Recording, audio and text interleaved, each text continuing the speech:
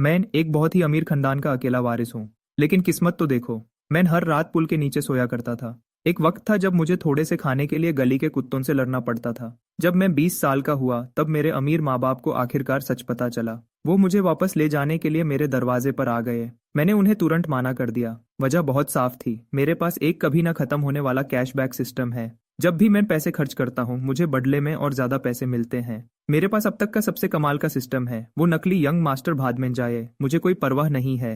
यो, क्या हाल है दोस्तों, अनी रे कैपिंग पर आपका स्वागत है। मुझे अभी भी यकीन नहीं हो रहा है, हमने अभी अभी 1,000 सब्सक्राइबर्स पूरे कर लिए हैं। खैर, आज की कहानी बिल्कुल वैसी ही है जिसे आप लोग पसंद करते हैं, पूरी ड्रामा से भरी और एक जबरदस्त वापसी के साथ। हमारे हीरो को एक सुपर ओपी कभी न खत्म होने वाला पाइथन का सिस्टम मिलता है जिसका सपना दुनिया का हर इंसान देखता है। वो बिल्कुल बेपरवाह था और इसे देखकर मुझे बहुत सुकून मिला। ओ मेरे खुदा, मैंने आज बहुत ज्यादा बातें कर ली हैं। ठीक है, चलो जल्दी से वीडियो शुरू करते हैं। देखने के लिए शुक्रिया। जब मेरी बहन एलिस मुझसे मिलने आई तो मैंने वैसा रिएक्शन नहीं दिया जैसा उसने सोचा था। खुश होने के बजाय मैं आराम से डीएनए टेस्ट के लिए मान गया। लेबोरेटरी के बाहर रिचर्ड इंतजार कर रहा था। जब उसने मुझे देखा तो वो हैरान रह गया क्योंकि मैं बिल्कुल उसके बचपन जैसा लगता था। मैं रिचर्ड हूँ, तुम्हारा बाप। मैंने यूं ठंडी आवाज में हेलो कहा जिससे वहां पूरी खामोशी छा गई। डीएनए टेस्ट के लिए मेरे बाल का इस्तेमाल करो। रिचर्ड को इससे कोई ऐतराज नहीं था। डॉक्टर ने अपना काम जल्दी किया, उसने हमारे बालों के सैंपल तुरंत ले लिए। जब उन्हें रख दिया गया तो उसने कहा कि रिजल्ट आधे घंटे में ना जाएगा। मैंने टेस्ट करवा कर अपना वादा पूरा कर दिया है। अब मैं जा रहा हूँ, मैं बस घर जाकर अपने बिस्तार पर आराम करना चाहता हूँ। रिचर्ड ने मुझे जाते हुए देखा। वो कुछ और कहना चाहता था लेकिन एलिस ने उसे रोक दिया। पापा, जूलियन अभी भी हमसे दूर लगता है, बस अभी के लिए इसे उसकी जिद समझ लीजिए। एलिस को यकीन था कि एक बार डीएनए टेस्ट से रिश्ता साबित हो गया तो मैं आखिरकार वापस आ जाऊंगा। आखिर मेरा जन्म भी उसी साल हुआ था। आखिरकार खंडान के पास वो सब कुछ था जो मैं अकेले कभी नहीं पा सकता था। उसके पति की पत्नी ने हमेशा डेमियन को एक अनमोल खजाने की तरह रखा था। अगर यूज पता चला कि डेमियन उसका असली बेटा नहीं है तो उसका दिल टूट जाएगा। और डेमियन 21 साल से उनका बचा था। उनका रिश्ता बहुत गहरा था जिसे इतनी आसानी से नहीं तोड़ा जा सकता था। रिचर्ड को उम्मीद थी कि जब जूलियन वापस आएगा तो दोनों भाई आपस में मिलकर रहेंगे। यूज हमसे बहुत उम्मीदियन थी लेकिन मैंने कभी नहीं सोचा था कि क्या मैं वापस जाना चाहता हूँ या डेमियन मेरे साथ मिलकर रहना चाहेगा। हॉस्पिटल से निकलने के बाद मैंने अपने किराए के घर के लिए एक टैक्सी ली। मैंने अपने लैंडलॉर्ड को कॉल किया और कहा कि मैं अगले महीने के बाद किराया आगे नहीं बढ़ाऊंगा। आखिरकार मुझे मेरे ओपी सिस्टम से पैसे मिल गए थे। अगले दिन मुझे काम पर जाना था, इसलिए मैंने सब साफ किया और जल्दी सो गया। सुबह सुबह सिस्टम के नोटिफिकेशन की आवाज से मेरी आंख खुली। अपना इनाम पाने के लिए रात के 12 बजे से पहले 4 मिलियन खर्च करो। जैसे ही मैंने टास्क को एक्सेप्ट किया, जनरल मैनेजर ने अचानक मुझे अपने ऑफिस में बुलाया। जूलियन, क्या तुम अंदर आ सकते हो? मैं थोड़ा परेशान था लेकिन मैं गया और उसके दरवाजे पर दस्तक दी। अंदर आ जाओ। जब मैं अंदर गया मैंने देखा कि एलिस सोफा पर बैठी थी। जनरल मैनेजर वहां नहीं था। उसने मुझे बुलाने के लिए बस उसका नाम इस्तेमाल किया था। उसने मुझे एक लिफाफा दिया। मुझे पता था कि ये रिचर्ड और मेरे डीएनए का रिजल्ट है। मैंने यूज लिया और खोला। इसमें 99.9% चांस था। हम पक्का बाप बेटे थे। मैंने रिजल्ट देख लिया है लेकिन मैं तुम्हारे परिवार के पास वापस नहीं आ रहा हूँ। तुम्हें यहाँ देखकर मुझे खुशी नहीं हुई। एलिस हैरान रह गई। वो चाहती थी कि परिवार एक हो जाए लेकिन साफ था कि मैं ऐसा नहीं चाहता था। हाँ बिल्कुल, मैं तो उन्हें अपना परिवार मानना ही नहीं चाहता था। तुम मेरे भाई हो, हमारे परिवार का कोई सदस्य इस तरह बाहर नहीं भटक सकता।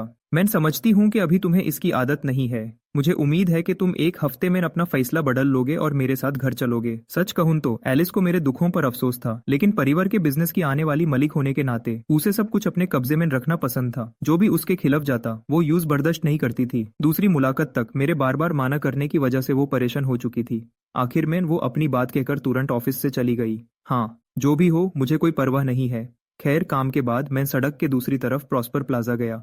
अब जब मेरे पास पैसे थे तो मेरा कॉन्फिडेंस बढ़ गया था। आज मैंने राल्फ लॉरेन के कपड़े और एक रोलेक्स घड़ी खरीदी। मैंने तीसरी दुकान से शॉपिंग शुरू की। चैनल, अब मैं आ रहा हूँ। जैसे ही मैंने अपनी पसंद की सारी चीजें खरीद ली, मेरे फोन पर एक अनजान नंबर से कॉल आई। मैंने जवाब नहीं दिया। फिर फोन दोबारा बजा। सिस्टम ने मुझे बताया कि टास्क पूरा हो गया है। क्या सच में एपेक्स टावर हमारी ऑफिस बिल्डिंग नहीं थी? मैंने इसके मलकाना हक के कागज देखने के लिए बेचैन था। मैंने जल्दी से घर के लिए एक टैक्सी ली। जैसे ही मैं गाड़ी में बैठा मेरा फोन फिर से बजा। यह वही नंबर था। थोड़ी देर रुकने के बाद मैंने फोन उठाया। हेलो, मैं एलिस हूँ। उसकी आवाज सुनते ही मेरे चेहरे पर गुस्सा आ गया। तुम्हें क्या चाहिए? ये डेमियन के बारे में है। यूज पता चल गया है कि वो परिवार का असली बेटा नहीं है। वो बहुत दुखी है। क्या तुम्हारे पास कॉनकॉर्ड हॉस्पिटल आने का वक्त है? मैं बिजी हूँ, मैंने बिना किसी इमोशन के जवाब दिया। मैं परिवार के साथ बड़ा नहीं हुआ हूँ। मैं डेमियन के दुख की परवाह क्यों करूं? फिर मैंने कॉल काट दी और तुरंत उसका नंबर ब्लॉक कर दिया। कॉनकॉर्ड हॉस्पिटल में डेमियन के कमरे के बाहर एलिस ने ब्लॉक्ड मैसेज देखा और समझ गई कि क्या हुआ है। मैंने रिश्ता तोड़ दिया था। क्या हुआ? रिचर्ड उसके पास खड़ा था और यूज कॉल करने की कोशिश करते हुए देख रहा था। एलिस के होंठ कांपने लगे और आखिरकार उसने सच बताया। उसने कहा कि वो नहीं आ रहा है और फिर उसने मुझे ब्लॉक कर दिया। रिचर्ड चुप हो गया। वो मेरे इस रिएक्शन से हैरान था। वो क्यों नहीं आएगा जबकि उसकी अपनी बहन ने यूज कॉल किया था? यूज और क्या चाहिए? कैथरीन को उस बेटे से कोई लगाव नहीं था जिसे उसने कभी देखा ही नहीं था। ये सुनकर कि मैंने उसकी बेटी को मना कर दिया, उसकी नजर में मेरी इज्जत और गिर गई। लेकिन एलिस ने कुछ और नहीं कहा। बात ऐसी ही थी, वो मुझे अपने साथ चलने के लिए मजबूर नहीं कर सकती थी। स्टारी मैनर वापस आकर स्टाफ ने उस दिन खरीदा हुआ सारा सामान वहां रख दिया। उनके जाने के बाद आखिरकार मुझे अपना सिस्टम इन्वेंट्री खोलने का मौका मिला। मैंने अंदर जमीन के कागजात देखे। वाह, ये सच है। मैंने उन्हें वापस रखा और फिर पिछले 2 दिनों में खरीदे गए सारे सामान को ठीक से रखने लगा। सुबह के 6 बजे एक बार फिर सिस्टम के टास्क नोटिफिकेशन ने मुझे जगा दिया। मैंने आज का टास्क चेक किया। इंपीरियल सिटी ऑटो सिटी को अनलॉक करना। क्या ये वही जगह है जो शहर के बाहर है? लगता है मुझे इस टास्क को पूरा करने के लिए 1 दिन की छुट्टी लेनी पड़ेगी। जैसे ही मैं काम पर बैठा, सेबास्टियन, मेरे नए एपेक्स टावर के मैनेजर ने मुझे इस टावर की 3 महीने की फाइनेंशियल रिपोर्ट भेजी। इसमें बिल्डिंग के हर एक टेनेंट की लिस्ट भी थी। वहां कोई ऐसी बातें नहीं लिखी थी कि कुछ टेनेंट्स को खास सुविधाएं मिल रही हैं, जैसे कम किराया या पैसे देने के लिए ज्यादा वक्त, लेकिन ये सारी सुविधाएं पुराने मलिक ने दी थी। मेरे राज में ऐसा नहीं चलेगा। मैंने जल्दी से सेबास्टियन को इस बारे में मैसेज किया। जब तुम इस महीने तीसरी क्वार्टर का किराया जमा करो तो ध्यान रखना कि हर टेनेंट कॉन्ट्रैक्ट के मुताबिक वक्त पर पैसे दे। अगर कोई मना करता है तो मेरे पास कॉन्ट्रैक्ट खत्म करने और नए टेनेंट्स को लाने का पूरा हक है।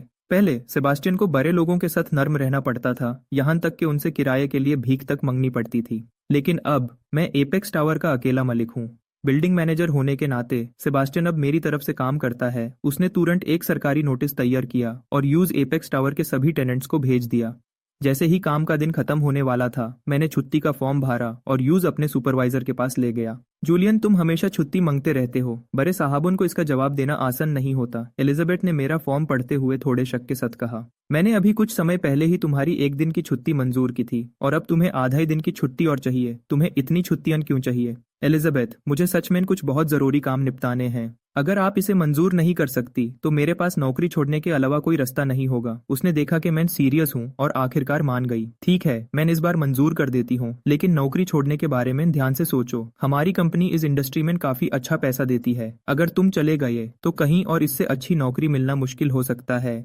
एलिजाबेथ ने मुझे सलाह देते हुए छुट्टी के फॉर्म पर साइन कर दिए। मेरे जैसे अच्छे इंटर्न्स जो काम करके दिखाते हैं आसानी से नहीं मिलते, सच में नहीं मिलते।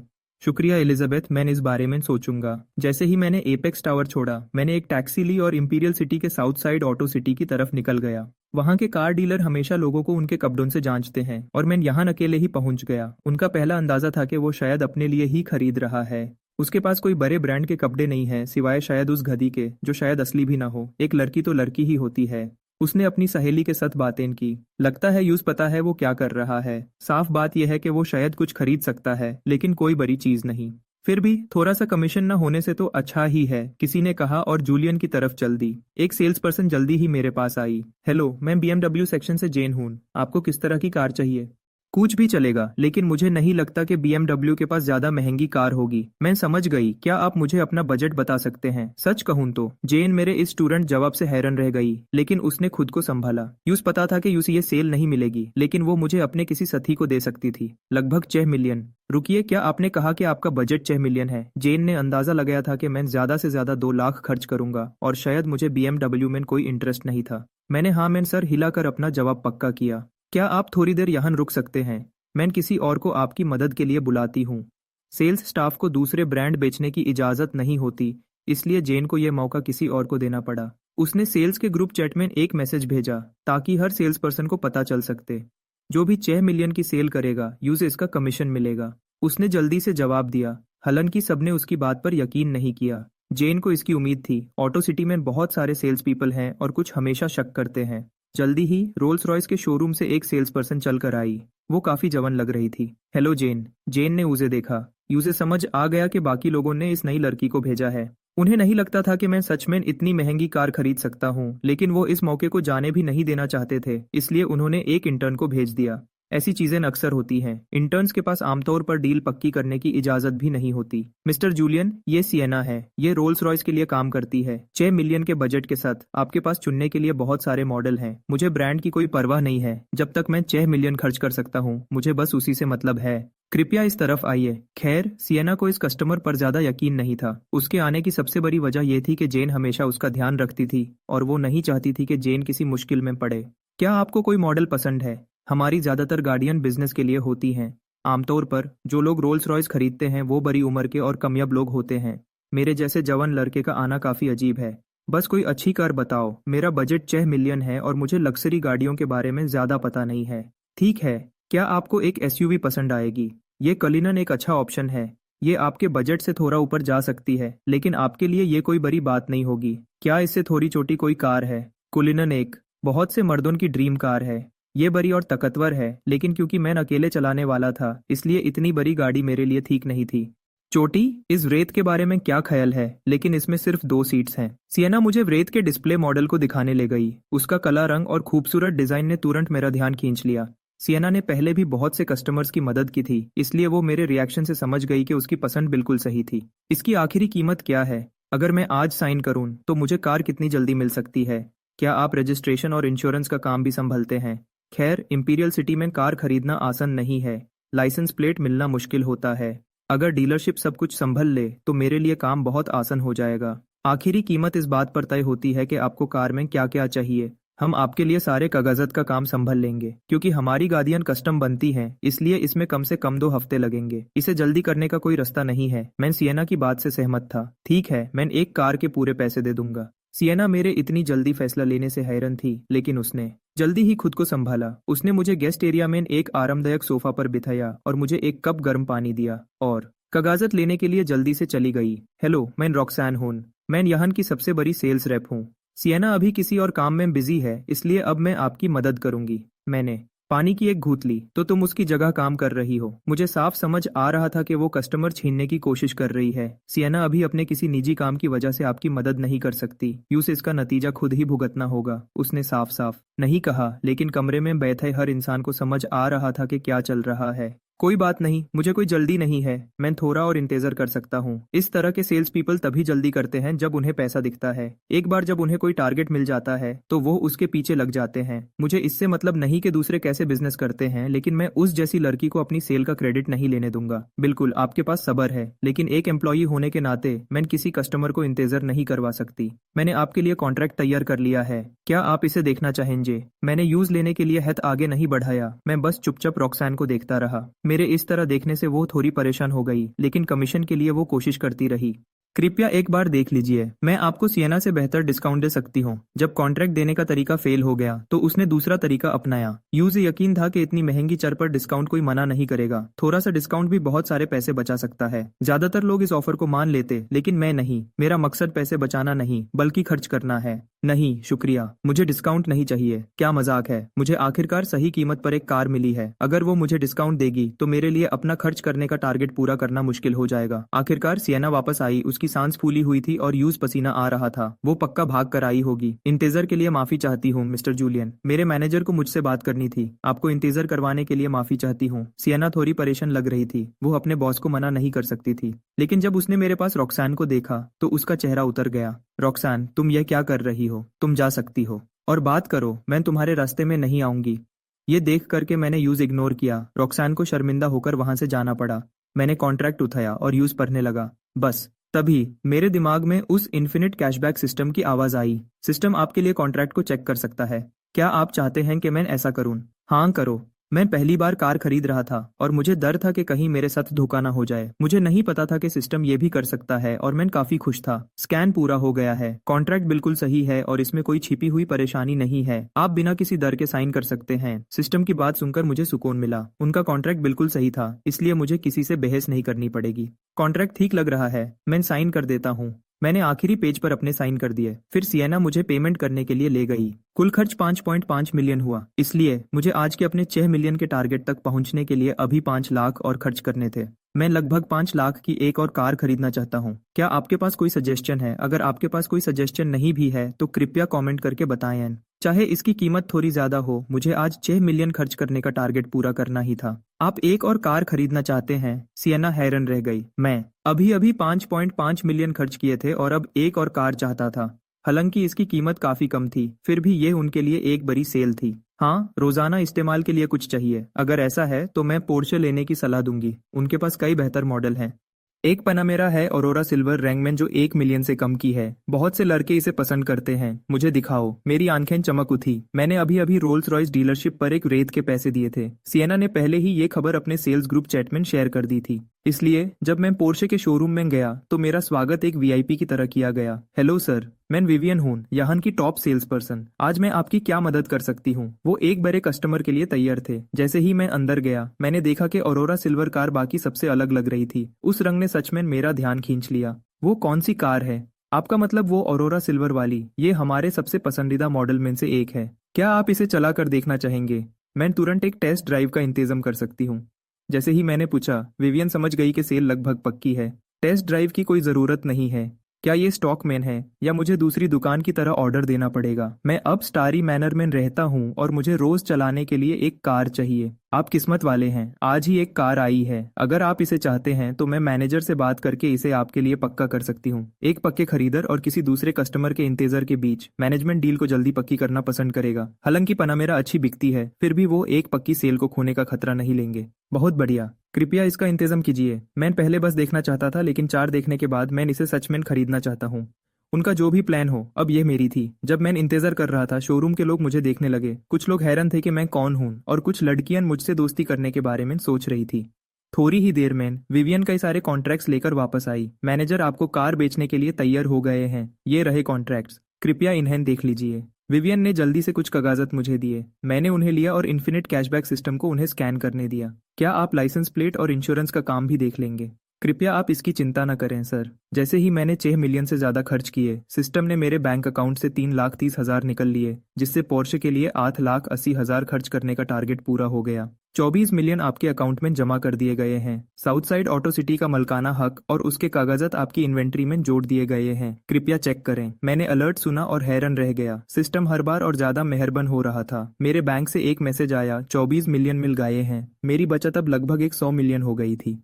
कागजात लगभग 1 घंटे में तैयार हो जाएंगे। क्या आप यहाँ इंतजार करना चाहेंगे? कोई बात नहीं, मैं यहाँ इंतजार कर लूंगा। आप आगे का काम कीजिए। ठीक है, मैं जितना जल्दी हो सके करती हूँ। विवियन कॉन्ट्रैक्ट्स लेकर चली गई। मैं वापस बैठ गया और वक्त बिताने के लिए अपना फोन निकल लिया। जल्दी ही मेरी स्क्रीन पर एक अनजान नंबर आया। मैंने कॉल काट दी, लेकिन वो तुरंत दोबारा बजने लगी। कोई रास्ता न देखकर मैंने फोन उठाया।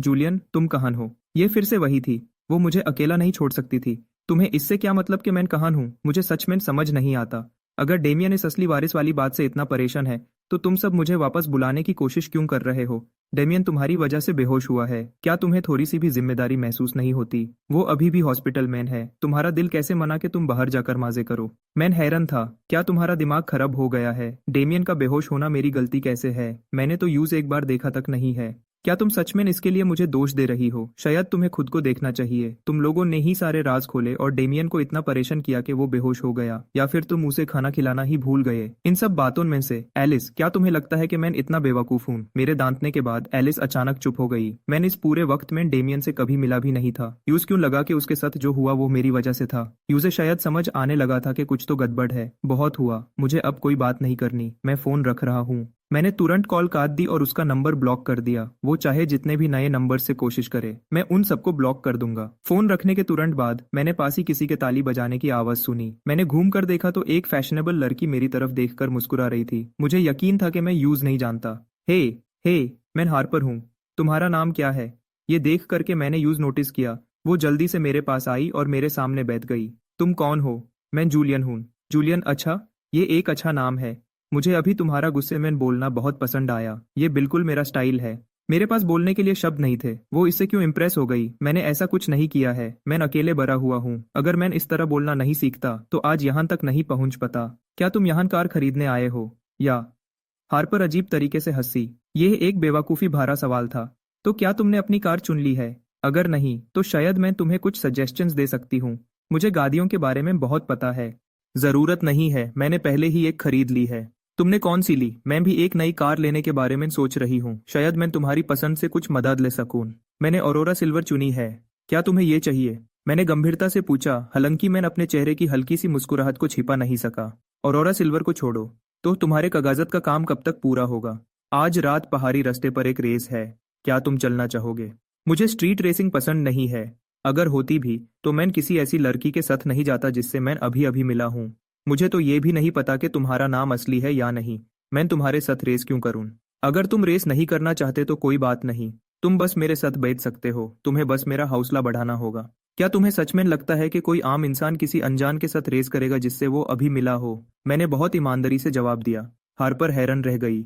ये पहली बार था जब किसी लड़के ने उसे इतनी साफ साफ मना किया था। इससे वो मेरे बारे में और ज्यादा जानने के लिए उत्सुक हो गई। ठीक है, मैं समझ गई। अगर तुम रेस पर नहीं चलोगे तो कम से कम मुझे वीचैट पर ऐड कर लो। उसने अपना फोन निकाला, अपना क्यूआर कोड खोला और यूज आगे बढ़ा दिया। बेहद से बचने के लिए मैंने इसे स्कैन कर लिया। जैसे ही मेरे रिक्वेस्ट्स में नंबर एक लवर आया, हार्पर ने खुश होकर तुरंत एक्सेप्ट कर लिया। मैं गार्डियन देखने जा रही हूँ, फिर मिलते हैं। शायद तुम रास्ते के बारे में अपना फैसला बदल लो। उसके दोस्तों के ग्रुप में स्ट्रीट रेसिंग एक आम बात थी। वो हर कुछ दिनों में इसे ऑर्गेनाइज करते थे ताकि मजा बना रहे। मैंने जबरदस्ती एक स्माइल दी। हम दोनों बिल्कुल अलग दुनिया से हैं। हमारा दोबारा मिलना लगभग नामुमकिन है। मैंने लाउंज में लगभग 40 मिनट तक वेट किया। फिर विवियन जल्दी से अंदर आई। उसकी हील्स की आवाज फर्श पर गूंज रही थी। मिस्टर जूलियन, आपकी लाइसेंस प्लेट और डॉक्यूमेंट्स और पेपर्स तैयार हैं। अगर आपके पास थोड़ा वक्त हो तो ये रही आपकी कीज और papers. I checked everything and close the folder. सब कुछ ठीक है। इतनी मेहनत करने के लिए शुक्रिया। अब मैं निकलता हूँ। अब जब मेरे पास गाड़ी थी तो आना जाना बहुत आसान होने वाला था। जैसे ही मैं निकलने वाला था, मेरे फोन पर एक और अनजान नंबर आया। मुझे लगा एलिस किसी और के फोन से मुझे कॉल करने की कोशिश कर रही है। मैंने थोड़ी देर फोन को बजते हुए देखा और उठाया नहीं। आखिरकार वो बैंड हो गया। विवियन की नजर उस नंबर पर पड़ी और यूज लगा जैसे उसने यह नंबर पहले देखा है। फिर भी एक सेल्स पर्सन होने के नाते उसने कुछ ना बोलना ही ठीक समझा। जब दूसरी बार फोन बजा तो मैंने उठा लिया। यार, कितना परेशान करते हैं, सबको अभी क्यों कॉल करना है? हेलो, क्या आप मिस्टर जूलियन बोल रहे हैं? अच्छा हुआ कि एलिस नहीं थी। मुझे थोड़ा सुकून मिला। हाँ, बोल रहा हूँ। कौन बोल रहा है? हाय मिस्टर जूलियन, मेरा नाम वायट है और मैं साउथ साइड ऑटो सिटी का मैनेजर हूँ। आपने जमीन के साथ पूरी प्रॉपर्टी खरीद ली है। मैं लीज के तीसरी क्वार्टर के किराए के बारे में बात करने के लिए कॉल कर रहा हूँ। वायट परेशान था कि कहीं मेरे पास इस जगह के लिए कोई नए प्लान्स तो नहीं है। जैसे ही यूज पता चला, उसने मुझे तुरंत कॉल किया। मालिक बदलने से लीज पर कोई असर नहीं पड़ेगा। पिछले लैंडलॉर्ड को यह बात बतानी चाहिए थी। मिस्टर वायट, आप बस कॉन्ट्रैक्ट के हिसाब से अपना किराया वक्त पर देते रहिए। मैंने ये भी सुना है कि कॉन्ट्रैक्ट इस साल खत्म हो रहा है। अगर आप इसे रिन्यू करना चाहते हैं तो खत्म होने से कम 1 महीना पहले मुझे बता देना। अगर वायट रिन्यू नहीं करता तो मुझे नया किराएदार ढूंढना पड़ेगा। 1 महीने का नोटिस जरूरी है। ये बहुत बड़ी प्रॉपर्टी है, इसलिए नया किराएदार ढूंढना आसान नहीं होगा। अगर सब कुछ ठीक रहा तो मैं जरूर रिन्यू करूंगा। आपकी इस ईमानदारी के लिए शुक्रिया मिस्टर जूलियन। पहले वाले मालिक ने आपको ट्रांसफर के पेपर्स दिए होंगे। उसमें मेरी बैंक डिटेल्स लिखी हैं। प्लीज तीसरी क्वार्टर का किराया 5 तारीख तक मेरे अकाउंट में भेज देना। भले ही मेरी आवाज जवान लग रही थी, वायट समझ नहीं पा रहा था, पर उसकी मुझे धोखा देने की हिम्मत नहीं हुई। कोई बात नहीं, मैं वक्त पर पेमेंट कर दूंगा। अगर और कोई बात नहीं है तो मैं फोन रखता हूँ, मुझे गाड़ी चलानी है। तभी हार्पर ने अपनी गाड़ी पसंद कर ली थी। क्योंकि कोई गाड़ी तुरंत अवेलेबल नहीं थी, इसलिए यूज ऑर्डर करके लगभग 2 हफ्ते का वेट करना था। कॉन्ट्रैक्ट साइन करने के बाद वो बाहर आई और उसने मुझे फोन रखते हुए देखा। जूलियन। उसने मेरी तरफ हाथ हिलाया। जब उसने मेरा नाम लिया तो मुझे रिप्लाई करने में एक पल लगा। फिर मुझे याद आया कि ये वही लड़की है जिससे मैं अभी मिला था। Miss Harper. मैंने सर हिलाया। मिस हार्पर बोलना बहुत अजीब लगता है। तुम मुझे हार्पर कह सकते हो या चाहो तो दीदी भी कह सकते हो। मेरी पीठ में एक ठंडक सी दौड़ गई। ये लड़की ऐसे क्यों बिहेव कर रही थी जैसे हम बहुत पक्के दोस्त हों। मैंने अपना सामान उठाया और जल्दी से पोर्शे शोरूम से निकल गया। एंट्रेंस पार मेरी पोर्शे डिलीवर हो रही थी। लाइसेंस मिलने के बाद से मैंने गाड़ी नहीं चलाई थी, पर शुक्र है मैं जल्दी ही सीख गया और आराम से गाड़ी चलाने लगा। जब मैं घर पहुंचा तो मेरा फोन लगातार बज रहा था। वीचैट के मैसेजेस, एलिस के टेक्स्ट्स और गू फैमिली की तरफ से बहुत सारी मिस्ड कॉल्स थी। भगवान के लिए गू फैमिली का हर एक बंदा मुझे परेशान कर रहा था। मैंने उत्सुकता में एक मैसेज खोला। लिखे हुए शब्दों से मुझे लगा कि ये मेरी सगी माँ का मैसेज था जिससे मैं कभी नहीं मिला था। उसका टोन पूरा शिकायतों से भरा था, जबकि उसने मुझे कभी पला भी नहीं था। मैंने उसका मैसेज डिलीट किया और यूज तुरंत ब्लॉक कर दिया। वो चाहती थी कि मैं बड़े मालिक की बर्थडे पार्टी में जाऊं ताकि डेमियन को सेफ फील हो और सबको पता चल सके कि मैं सिर्फ एक गॉड लिया हुआ बेटा हूं और डेमियन ही असली वारिस है। वो तो ये भी चाहती थी कि मैं इस बात के लिए उनका शुक्रगुजार रहूं। मुझे उनकी सोच बिल्कुल समझ नहीं आई। क्या उन्हें सच में लगता है कि मैं कोई ऐसा हूं जिसे वो जब चाहें दबा सकते हैं? मैंने एलिस का नंबर अनब्लॉक किया और यूज कॉल करने का फैसला किया। उसने फोन उठाया और एलिस से बात की। फोन जल्दी उठ गया, पर आगे से डेमियन ने जवाब दिया। तो तुम ही वो असली बेटे हो जिसे मेरे पेरेंट्स ने ढूंढा है। ओह, तो तुम ही हो जो हमेशा बेहोश हो जाते हो। तुम्हारी आवाज तो काफी ठीक लग रही है। क्या तुम बीमार होने का नाटक कर रहे हो? मुझे ऐसे ताना मारने वाले लोग बिल्कुल पसंद नहीं हैं। और ये डेमियन बस मुझे गुस्सा दिलाने की कोशिश कर रहा था। मेरा कार एक्सीडेंट हुआ था। कभी कभी बेहोश होना आम बात है। मुझे पता है तुम मुझे पसंद नहीं करते। अगर कोई प्रॉब्लम है तो मैं मम्मी और पापा को बता दूंगा और हॉस्पिटल से निकलते ही यहाँ से चला जाऊंगा। जूलियन, तुमने डेमियन से क्या कहा? उसके बड़े भाई होने के नाते तुम्हें थोड़ा समझना चाहिए। जेलस होना बैंड करो और यूज डोर भगाने की कोशिश मत करो। डेमियन ने जानबूझकर घर छोड़ने की बात कही थी। जैसे ही एलिस अंदर आई उसने खुद को बेचारा दिखाया तो जाहिर है मैं बुरा बन गया। सच कहूं तो मेरे पास बोलने के लिए शब्द नहीं थे। बहुत हुआ। मैंने सिर्फ ये बताने के लिए कॉल किया था कि अपनी माँ से कहो कि मुझे कॉल और टेक्स्ट करना बैंड करें। मैं इससे परेशान हो रहा हूँ। मैं फैमिली बर्थडे पार्टी में नहीं आ रहा हूँ और मुझसे कांटेक्ट करने की कोशिश बैंड करो। रही बात डेमियन की, तो वो तुम्हारा भाई है, मेरा नहीं। मैंने कॉल काट दी और यूज फिर से ब्लॉक कर दिया। एलिस ने जवाब देने की कोशिश की पर कॉल पहले ही कट चुकी थी। जब उसने दोबारा कॉल करने की कोशिश की तो यूज समझ आया कि मैंने उसका नंबर एक बार फिर ब्लॉक कर दिया है। एलिस के फोन रखने के बाद डेमियन ने उसकी तरफ रोती हुई आंखों से देखा जैसे वो डरा हुआ हो। तुम बस ठीक होने पर ध्यान दो और किसी चीज की चिंता मत करो। एलिस ने अपना माथा पकड़ा। वो बिल्कुल थकी हुई लग रही थी। वो फैमिली कंपनी के काम में बिजी थी, मुझे संभलने की कोशिश कर रही थी और फिर भी डेमियन से मिलने का वक्त निकल रही थी। वो थक चुकी थी, उसकी आंखें लाल थीं। अब डेमियन और मेरे बीच का रिश्ता और भी खराब हो गया था। एलिस अंदर से बिल्कुल टूट चुकी थी। दीदी, क्या ये सब मेरी वजह से हो रहा है? मुझे पता है मैं मम्मी और पापा का असली बेटा नहीं हूँ। शायद मुझे यूज उसका हक वापस दे देना चाहिए। डेमियन, तुम हमारे साथ 20 साल से ज्यादा रहे हो। खून का रिश्ता मैंने नहीं रखता। तुम अभी भी हमारी फैमिली के यंग मास्टर हो। तुम मेरे भाई हो डेमियन। कोई तुम्हारी जगह नहीं ले सकता। एलिस सच में डेमियन की परवाह करती थी, ये जानने के बाद भी कि वो उसका असली भाई नहीं है। उसने कभी उसके साथ अलग बिहेव नहीं किया। यू से सबसे ज्यादा परेशानी इस बात से थी कि मैंने घर आने से मना कर दिया था। मैं जूली और अपने मामले को खुद संभल लूंगी। तुम बस ठीक होने पर ध्यान दो। मैं तुम्हारे लिए डिनर लाई हूँ, इसे गरम गरम खा लेना। मेरी एक मीटिंग है इसलिए मुझे अभी जाना होगा। एलिस ने बेड के पास वाली टेबल उठाई और उस पर लंच बॉक्स रख दिया। जाने से पहले उसने डेमियन को खाना खाने के बारे में कुछ बातें बताईं। डेमियन का चेहरा खुशी से खिल उठा जब उसे पता चला कि एलिस उसके लिए खाना लाई है। उसने लंच बॉक्स खोला और खाने के डब्बे निकलने लगा, लेकिन जैसे ही एलिस बाहर गई उसने अपने चॉपस्टिक्स एक तरफ रख दिए और एक निवाला भी नहीं खाया। एक अच्छा भाई होने का नाटक करना सच में मुश्किल है। अगली सुबह मेरे दिमाग में सिस्टम की आवाज गूंजी। नया मिशन। होस्ट, प्लीज आज रात सुबह चैरिटी ऑक्शन में शामिल हों। कम से कम खर्च 100 मिलियन। कोई लिमिट नहीं है। रिवॉर्ड, ऑक्शन का इनविटेशन कार्ड। इतनी बड़ी रकम देखकर मेरी आंखें फटी की फटी रह गईं। कम से कम 100 मिलियन। Infinite cashback system. इस बार सच में बड़े बड़े सपने देख रहा था, पर यह सू चैरिटी ऑक्शन हो कहाँ रहा था। मैंने दरवाजा खोला और मुझे ऑक्शनियर दिखा। मैंने दरवाजा खोला और मुझे ऑक्शनियर दिखा। मैंने दरवाजा खोला और मुझे ऑक्शनियर दिखा। अपने सिस्टम इन्वेंटरी से इनविटेशन कार्ड निकाला। नीचे लेफ्ट कॉर्नर में सोने के अक्षरों में टाइम और लोकेशन लिखी हुई थी। जगह प्रॉस्पर होटल की 9वीं फ्लोर। टाइम 4 जुलाई रात के 8 बजे से 10 बजे तक। क्या ये आज रात को ही है? क्या मुझे इसके लिए अच्छे कपड़े पहनने पड़ेंगे? छोड़ो, अभी काम पर जाने का वक्त हो गया है। लेकिन यार, अगर मैं काम के बाद वहां गया तो तैयार होने में बहुत वक्त लग जाएगा और मैं चैरिटी के लिए लेटे हो जाऊंगा। बस बहुत हुआ, मैंने आखिरकार रिजाइन करने का फैसला कर लिया। वैसे भी मैं अब अमीर हूँ। तैयार होने के बाद क्लॉक पर 7:30 बज रहे थे। मैं जल्दी से निकला और 8:30 बजे तक एपेक्स टावर पहुंच गया। इस बार सिक्योरिटी गार्ड्स बहुत अच्छे से पेश आए। रिसेप्शनिस्ट ने भी बड़ी स्माइल के साथ मेरा वेलकम किया। जब मैं एलिवेटर से 20वीं फ्लोर पर जा रहा था तो मेरा एटीट्यूड बिल्कुल बदल चुका था। बेनी ने मुझे हैरानी से देखा। अरे, आज तुम्हारा मूड इतना अच्छा क्यों है? हमारी कंपनी अच्छी है, पर आमतौर पर सुबह सब सोए सोए रहते हैं। मैं किसी नशे में नहीं हूँ। मैं यहाँ अपना रेजिग्नेशन देने आया हूँ क्योंकि अब मुझे पैसे की कोई दिक्कत नहीं थी। इसलिए आजादी के ख्याल ने मुझे खुशी से भर दिया। तुम नौकरी छोड़ रहे हो? बेनी मेरे इस अचानक फैसले से दंग रह गया। हमारी हमेशा अच्छी बनती थी और मैंने कभी किसी प्रॉब्लम के बारे में नहीं सुना था। हाँ, मैं सच कह रहा हूँ। 10 मिनट्स बाद मैंने ईमेल के जरिए एलिजाबेथ को अपना रेजिग्नेशन लेटर भेज दिया। उसके बाद मैंने अपने बचे हुए काम को समेटना शुरू किया। थोड़ी ही देर बाद मेरी सुपरवाइजर ने मुझे बात करने के लिए अपने ऑफिस में बुलाया। मैंने कल तुमसे इस बारे में ध्यान से सोचने को कहा था। मैंने सोचा, बहुत सोचने के बाद ही मैंने जाने का फैसला किया है। क्या तुम वजह बता सकते हो? मुझे लगा तुम्हारी सबसे बनती है। किसी को तुम्हारे काम पर भी कोई शक नहीं है। एलिजाबेथ साफ तौर पर मेरे जैसे कबील बंदे को खोना नहीं चाहती थी। मैंने एक बार एक बुजुर्ग आदमी की मदद की थी जिसका कोई रिश्तेदार नहीं था। उनके गुजरने के बाद उन्होंने अपनी सारी प्रॉपर्टी मेरे नाम कर दी। जब मुझे वो विरासत मिली तो मुझे समझ आया कि मैं किराए की कमाई से आराम से जी सकता हूँ। कंपनी के काम में कोई देरी ना हो, इसलिए मैं रिजाइन कर रहा हूँ। तुम्हें लगता है मैं इस बात पर यकीन कर लूंगी? खैर, चाहे वो मेरी कहानी पर यकीन करे या ना करे, मैंने जाने का पक्का फैसला कर लिया था। एक इंटर्न होने के नाते मुझे 1 महीने का नोटिस देने की जरूरत नहीं थी। मैं अपना काम हैंड ओवर करते ही जा सकता था। एलिजाबेथ ने मुझे रोकने की कोशिश की, पर जब उसने मेरा चेहरा देखा तो वो समझ गई कि मेरा फैसला पक्का है। उसके पास इसे एक्सेप्ट करने के अलावा कोई रास्ता नहीं था। शुक्रिया एलिजाबेथ।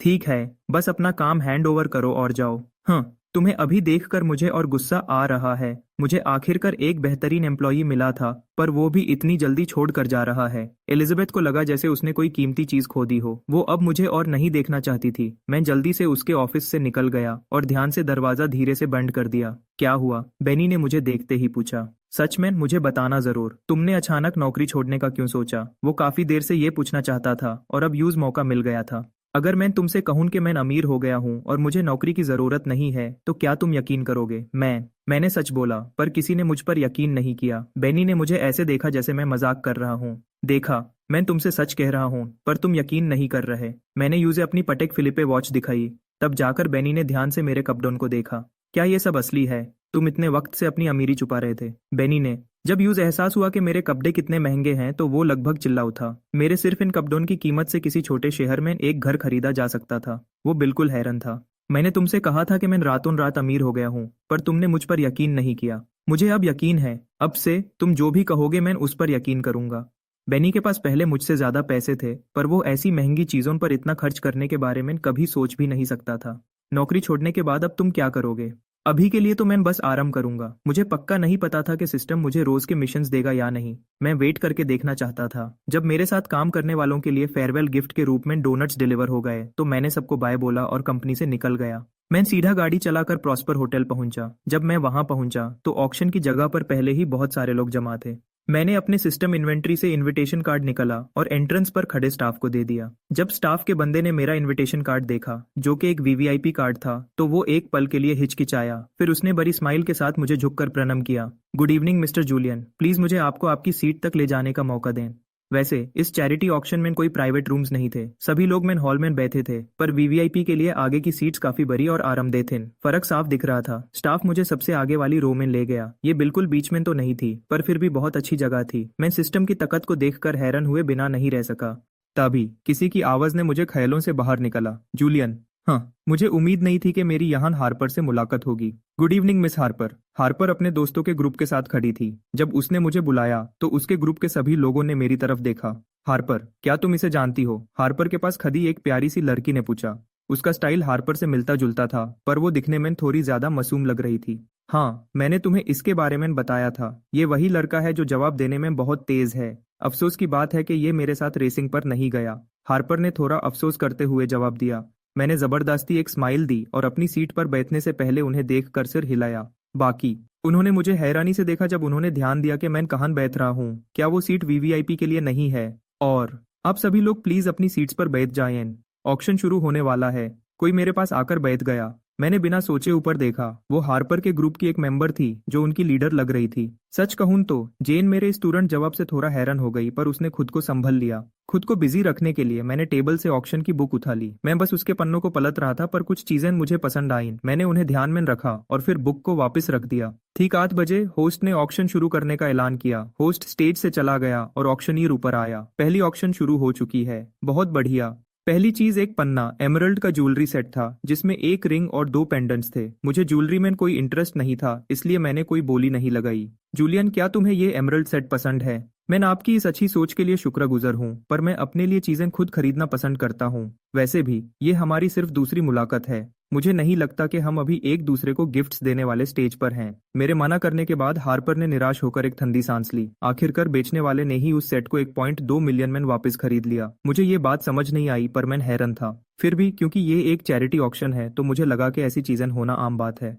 अगले दिन लोगों के अलग अलग रिएक्शंस की वजह से ऊपर के फ्लोर के काम को सिर्फ एक तरफ ही किया जा सका। वो पूरा पत्थर लाल रंग के अलग अलग शेड से चमक रहा था और दूर से देखने पर ऐसा लगता था जैसे आग की लेप्टन से एक फीनिक्स निकल रहा हो। जब मैंने अपनी इक्विज की तीसरी दी थी। जब मैंने पहली बार इस जादे को लिस्ट में देखा था, तो इसने तुरंत मेरा ध्यान खींच लिया था। मैंने इसे अपनी पसंद की चीजों में मार्क कर लिया था, पर इसे असलियत में देखना फोटो से भी कहीं ज्यादा बेहतर था। फिनिक्स रिबर्थ रेड जेड बोली 5 लाख से शुरू होती है। कम से कम 50,000 बढ़ाने के साथ आप अब बोली लगाना शुरू कर सकते हैं। 7 लाख, लोगों ने जल्दी जल्दी अपनी बोली बोलना शुरू कर दिया। देखते ही देखते कीमत 2 मिलियन तक पहुंच गई और धीरे धीरे कम लोग बोली लगाने लगे। इसलिए मैंने भी बोली लगाने का फैसला किया। मैंने बोली को 1 मिलियन बढ़ा दिया, जिसे देखकर हार्पर मुझे हैरानी से घूरने लगी। जूलियन, तुम इतनी तेजी से बोली क्यों लगा रहे हो? मैंने यूज इग्नोर किया क्योंकि दूसरी तरफ से पहले ही 3.1 मिलियन की बोली लग चुकी थी। यहां तक कि डायना, जो पूरी रात चुप थी, उसने भी अपनी आईब्राउ उठाकर मेरी तरफ देखा। क्या ये बंदा सच में कबील है? इसका बोली लगाने का तरीका सच में अजीब है। दूसरे ने 4.5 मिलियन, 8 मिलियन और 9 मिलियन कहा। मिलियन 8 मिलियन की बोली ने तुरंत दो बिडर्स को दारा कर पीछे हटा दिया। अब मेरे समेत हम में से सिर्फ 3 लोग ही बचे थे। दूसरे लोग 10 मिलियन से 12 मिलियन तक बोली लगाते रहे। मैंने बिना सोचे बोली और बढ़ा दी। ये साफ था कि मैं उनकी हर कीमत का जवाब देने के लिए तैयार था। मेरे 12 मिलियन कहने के बाद दूसरी तरफ के लोगों ने काफी देर तक सोचा और फिर पीछे हट गए। फिनिक्स सोनिक का रीबर्थ रेड जेड बहुत दुर्लभ है, पर जब तक कोई बड़ा कलाकार इसे सजाने के लायक न बनाए तब तक इसे बेचना मुश्किल होता है और इसकी कीमत भी ज्यादा नहीं बढ़ती। 12 मिलियन पर इसमें कमाने के लिए लगभग कुछ नहीं बचा था। इस कीमत पर कोई फायदा ही नहीं था। फिनिक्स रीबर्थ रेड जेड जीतने के बाद मेरा मूड बहुत अच्छा हो गया। जैसे जैसे ऑक्शन आगे बढ़ा, मैंने एक युआन डायनेस्टी का वासे और कुछ लिखावट के नई ने कैलीग्राफी भी खरीदे। हार्पर, जो अभी भी मेरे पास बैठी थी, मेरे इतने पैसे खर्च करने पर बिल्कुल हैरान रह गई थी। जूलियन, अभी तो ऑक्शन आधा भी खत्म नहीं हुआ है और तुमने पहले ही लगभग $100 मिलियन खर्च कर दिए हैं। क्या तुम्हारी फैमिली इस बात से ठीक रहेगी? उसके पास खुद खर्च करने के लिए इतने पैसे नहीं थे। ये सब मेरा अपना पैसा है। अगर मैं सब कुछ खर्च भी कर दूं तो किसी और को बोलने का कोई हक नहीं है। तो जूलियन, क्या तुम भी यहाँ उस वेस्टर्न सबर्ब्स वाली जमीन के लिए आए हो? आज रात लगभग हर कोई उसके पीछे है। कौन सी जमीन? मैंने ऑक्शन की लिस्ट में किसी जमीन पर ध्यान नहीं दिया था। मैं सच बोल रहा था, बिना ये सोचे कि मेरा सवाल दूसरों को कैसा लगेगा। उसने मेरी तरफ देखा और उसके चेहरे के भाव बदल गए। वेस्टर्न सबर्ब्स में स्यू फैमिली के रिजॉर्ट के बिल्कुल पास एक प्रॉपर्टी है। डियाना आज वही हिस्सा खरीदना चाहती है। मैंने जैसा सुना है, उस जमीन को खरीदने से फायदा होना पक्का है। मैंने पहले इस बारे में सोचा था, पर हार्पर की बात सुनकर मुझे इसमें इंटरेस्ट आने लगा। डायना, जिसने ये बात सुन ली थी, वो हैरान रह गई। उसका दोस्त बेवकूफ था। अगर हार्पर उसे मुकाबला करना चाहती थी तो यूज मेरे सामने ये ऐलान नहीं करना चाहिए था, जो यहाँ सबसे अमीर हूँ। मैं हंसता हूँ। ये सिर्फ डिमांड नहीं है, बल्कि एक सोने की खान है। अगर मेरे पास पैसे होते तो मैं इसके लिए जरूर लड़ता। हार्पर अभी भी सिर्फ एक यूनिवर्सिटी स्टूडेंट थी, जिसे हर महीने थोड़ा सा पॉकेट मनी मिलता था, शायद ज्यादा से ज्यादा 20 मिलियन। इतने पैसे से वो जमीन नहीं खरीद सकती थी। उसके पास पैसे नहीं थे, पर मेरे पास थे। अब मेरा इंटरेस्ट पूरी तरह जग चुका था। क्या मिस्टर जूलियन हमसे ज्यादा बोली लगाकर इसे खरीदने का प्लान बना रहे हैं? डायना ने अचानक पूछा। मैंने तुरंत जवाब दिया, ये एक ऑक्शन है। जो सबसे ज्यादा बोली लगाएगा वही जीतेगा। डायना एक पल के लिए हैरान हुई, फिर मुस्कुराई। आप सही कह रहे हैं मिस्टर जूलियन, जो सबसे ज्यादा कीमत देगा वही जीतेगा। उसके बाद हम सब चुप हो गए। अगली कुछ ऑक्शन की चीजों में मैंने कई और चीजों पर बहुत सारा पैसा खर्च किया। ये आपके साथ दिन का बचा हुआ वक्त बिताने का एक अच्छा मौका हो सकता था। मुझे यकीन है कि आप आराम कर पाएंगे। मुझे यकीन है कि आप आराम कर पाएंगे। मुझे यकीन है कि आप आराम कर पाएंगे। डायना और हार्पर दोनों को एहसास हो गया कि मैं कितना अमीर हूँ। उन्हें पहले लगा था कि मैं मजाक कर रहा हूँ, पर अब उन्हें मुझे सीरियसली लेना पड़ा। अगर मैं 3.8 बिलियन या उससे ज्यादा कैश दे सकता तो उस जमीन को जीतना मुमकिन था। थोड़ी देर बाद ऑक्शन खत्म होने वाला था। सबसे ज्यादा वेट किए जाने वाली वेस्टर्न सबर्ब्स की जमीन को आखिरकार आखिरी और सबसे इंपॉर्टेंट चीज के रूप में पेश किया गया। अब आखिरी चीज की बारी है, जिसका सबको इंतजार था। वेस्टर्न सबर्ब्स की प्रॉपर्टी। ये जमीन 4000 स्क्वायर मीटर्स की है। शुरुआती कीमत $50 मिलियन है और कम से कम $1 लाख बढ़ाने के साथ बोली अब शुरू होती है। जैसे ही ऑक्शनियर ने अपनी बात खत्म की, रूम में बैठे लोगों ने अपनी बोली बोलना शुरू कर दिया। लेकिन डायना और मैंने अभी तक कोई कदम नहीं उठाया था। जो लोग अभी बोली लगा रहे थे वो छोटे खरीदार थे। असली मुकाबला तब तक शुरू नहीं होने वाला था जब तक कीमत उम्मीद के मुताबिक लेवल तक नहीं पहुंच जाती। जूलियन, तुम कितना कैश लेकर आए हो? हार्पर ने चल रही बोली को इग्नोर न करते हुए मुझसे दोबारा पूछा। मैंने हार्पर की तरफ देखा। दिमाग होना अच्छी बात है, पर अफसोस यूज एक भी दिमाग नहीं मिला था। हार्पर, क्या इसे जूलियन के पट्टे साफ नहीं हो रहे हैं? डायना ने धीरे से खंजते हुए हार्पर को इशारा किया। को अचानक अपनी गलती का एहसास हुआ और उसके गाल शर्म से लाल हो गए। मैंने बस इसे इग्नोर कर दिया। मुझे कोई फर्क नहीं पड़ा, क्योंकि अनलिमिटेड कैशबैक सिस्टम ने आज रात खर्च करने की कोई लिमिट नहीं रखी थी, तो मैं टेक्निकल तौर पर यहाँ की हर चीज खरीद सकता था।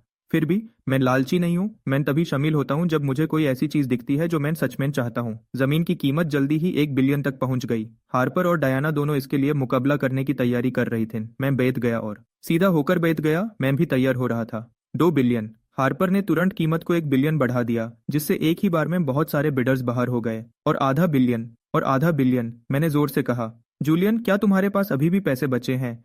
तुमने पहले ही उन बाकी चीजों पर 3.8 बिलियन खर्च कर दिए हैं। जब हार्पर ने मेरी 3.5 बिलियन की बोली सुनी तो वो सच में परेशान हो गई। उसका डर साफ दिख रहा था। ये ऑक्शन सु फैमिली ने ऑर्गेनाइज किया था और जो भी बिना पैसे के बोली लगाता यूजे मुश्किल का सामना करना पड़ता। हार्पर की नज़र में लियू, लिन, सू और शांग फैमिली सबसे अमीर थे। फिर भी जिस तरह मैंने आज रात पैसे खर्च किए उससे ऐसा लग रहा था जैसे मैं किसी ताकतवर छुपे हुए खानदान से हूँ। लेकिन मैं बेवकूफ नहीं था। मैं कभी बिना सोचे बोली नहीं लगाता। मुझे पता था कि अगर मैं पे नहीं कर पाया तो क्या होगा। मेरी बोली से साफ था कि मेरे पास पैसे हैं। डियाना ने मेरे बिल्कुल बाद अपना बोर्ड उठाया। इस बार हार्पर ने कीमत को सिर्फ $100 मिलियन बढ़ाया, जिससे पता चल रहा था कि उसका बजट लगभग खत्म हो चुका है। $4.2 बिलियन। पीछे से एक नई आवाज आई। शायद कोई सस्ते में डील पाने की उम्मीद कर रहा था। 4.5 बिलियन से 5 बिलियन। बोली बहुत तेजी से ऊपर जा रही थी। मैंने बिना हिचकिचाए आराम से बोली लगाई। डयाना ने जब मेरी 5 बिलियन की बोली सुनी तो उसके चेहरे पर शिकन आई। ये उनकी लिमिट से बाहर था। 5 बिलियन तो सिर्फ जमीन के लिए थे। इसके बाद डेवलपमेंट के खर्चे और भी ज्यादा होने वाले थे। डयाना सोच रही थी कि क्या मेरे पास आगे के लिए काफी पैसे हैं। अगर नहीं थे तो जमीन खरीदने का कोई मतलब नहीं था। मिस्टर जूलियन, क्या आपने सोचा है कि आप वहाँ क्या बनाएंगे? खर्च बहुत ज्यादा होगा। मुझे उम्मीद है कि आपने इस बारे में ध्यान से सोचा होगा। डियाना ने बोली लगाना बैंड कर दिया। 5 बिलियन उसकी आखिरी लिमिट थी। उससे ज्यादा देना सही नहीं होता। आखिरकार मैंने वेस्टर्न सबर्ब्स की जमीन 5 बिलियन में खरीद ली। अचानक मुझे एहसास हुआ कि मैं इस जमीन का आखिर करूंगा क्या। मैं बोली लगाने में इतना खो गया था कि मैंने इसके लिए कोई प्लान ही नहीं बनाया था। डैना की बातों ने मुझे हकीकत में वापस लाया, पर ऑक्शनियर ने पहले ही सेल पूरी कर दी थी। अब अपना फैसला बदलने के लिए बहुत देर हो चुकी थी। मैंने जमीन के बारे में कुछ नहीं सोचा। मैं बस इसे खरीदना चाहता हूँ। डयाना। अन्ना मेरी बड़बड़ाहट सुनकर लगभग हैरान रह गई। तो ये एक अच्छी बात थी। क्या ये सब हार्पर की वजह से हुआ था? अगर उसने वेस्टर्न सबर्ब्स की जमीन की बात न की होती तो शायद मैं बोली में शामिल ही नहीं होता। फिर ये जमीन मेरे जैसे किसी के पास नहीं आती। वैसे भी मैं वेस्टर्न सबर्ब्स नहीं जाने वाला हूँ। मैं वेस्ट जाने वाला हूँ। मैं वेस्ट जाने वाला हूँ। मैं वेस्ट जाने वाला हूँ। मैं वेस्ट जाने वाला हूँ। मैं वेस्ट जाने वाला हूँ।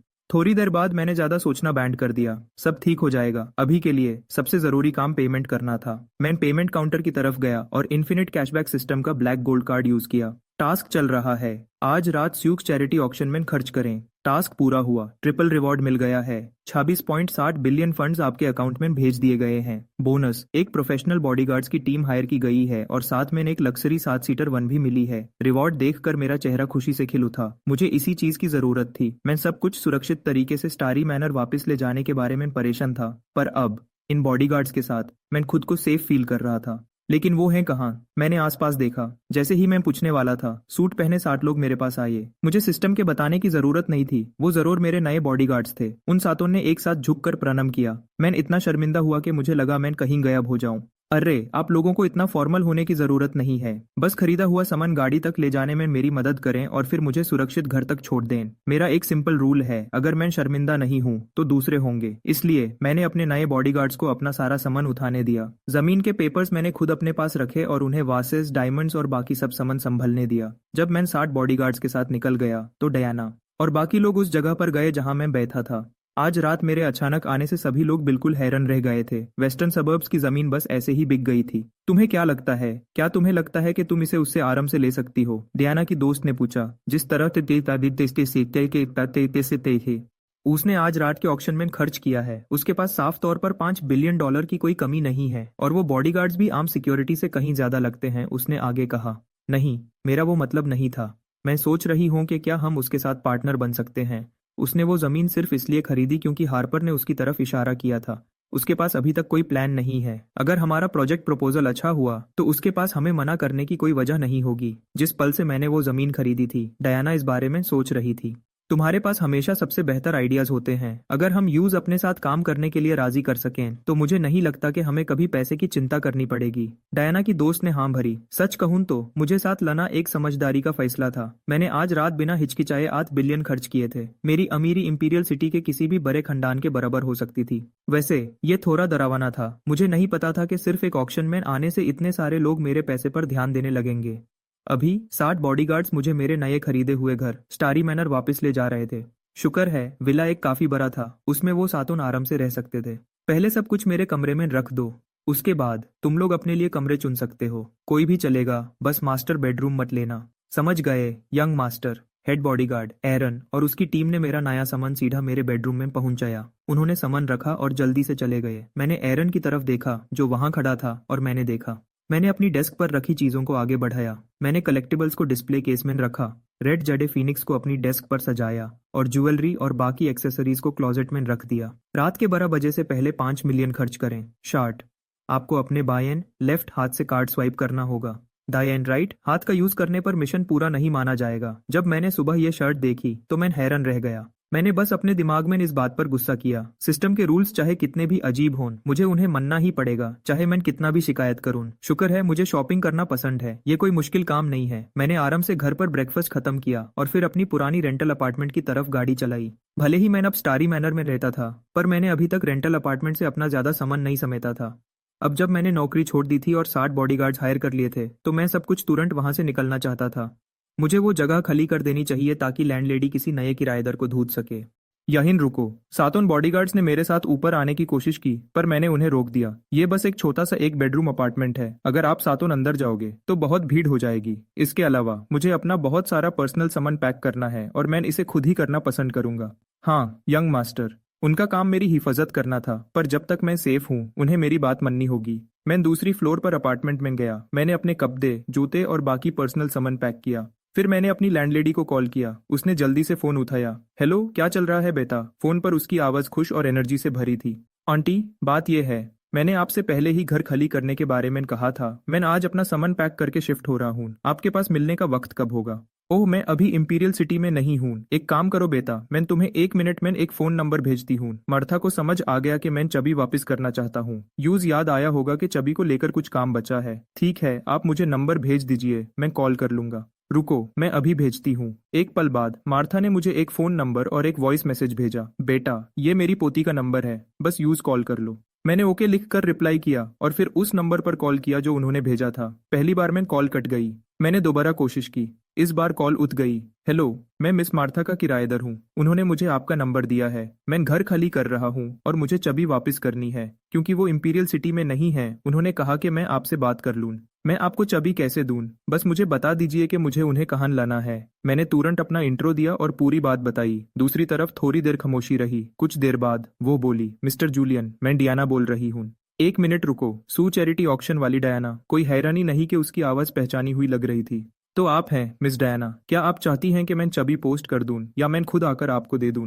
मिस्टर जूलियन, मुझे आपसे एक जरूरी बात करनी है। डायना भूली नहीं थी। मेरे पास अभी भी वेस्टर्न सबर्ब्स वाली प्रॉपर्टी थी। साफ था कि यूज इसमें इंटरेस्ट था। ठीक है, आप कब मिलना चाहेंगी? आज दोपहर 3 बजे वेस्टमीट कैफे में।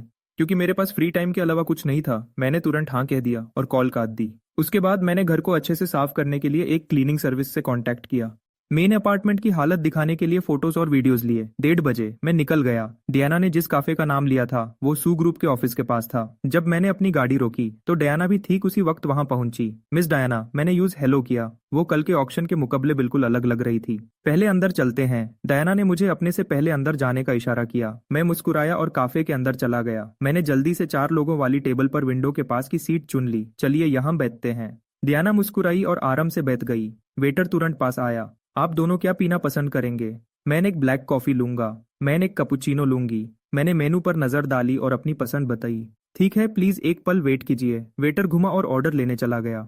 जब वेटर चला गया तो मैंने रेंटल कीज निकाली और डायना को दे दी। ये रही चाबी।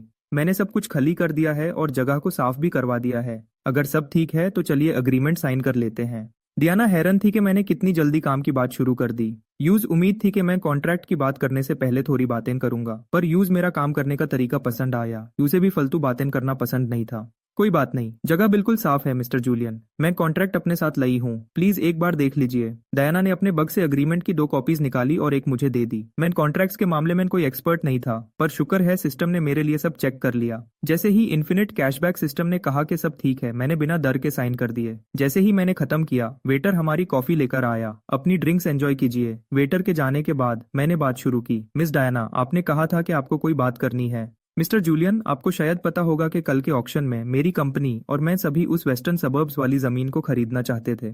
हम में से किसी ने नहीं सोचा था कि आप बीच में आकर इसे खरीद लेंगे। मैंने सर हिलाया। ये सच था। मुझे लगता है आपने इसे जल्दबाजी में खरीदा है और अभी तक इसे डेवलप करने का कोई प्लान नहीं है। इसलिए मैं पूछना चाहती थी कि क्या आप किसी चीज में इंटरेस्ट रखेंगे। साफ था कि वो पूरी तैयारी के साथ आई थी। मैंने डायना का दिया हुआ प्रोजेक्ट प्रपोजल खोला। उसमें हॉट स्प्रिंग रिजॉर्ट के डेवलपमेंट की पूरी डिटेल्स थी। जो जमीन मैंने कल ही खरीदी थी वो उनके प्लान का सबसे जरूरी हिस्सा थी। लोकेशन बिल्कुल परफेक्ट थी। इतने बड़े स्यू ग्रुप ने इतनी इंपॉर्टेंट जमीन पर ध्यान क्यों नहीं दिया, मैंने पूछा।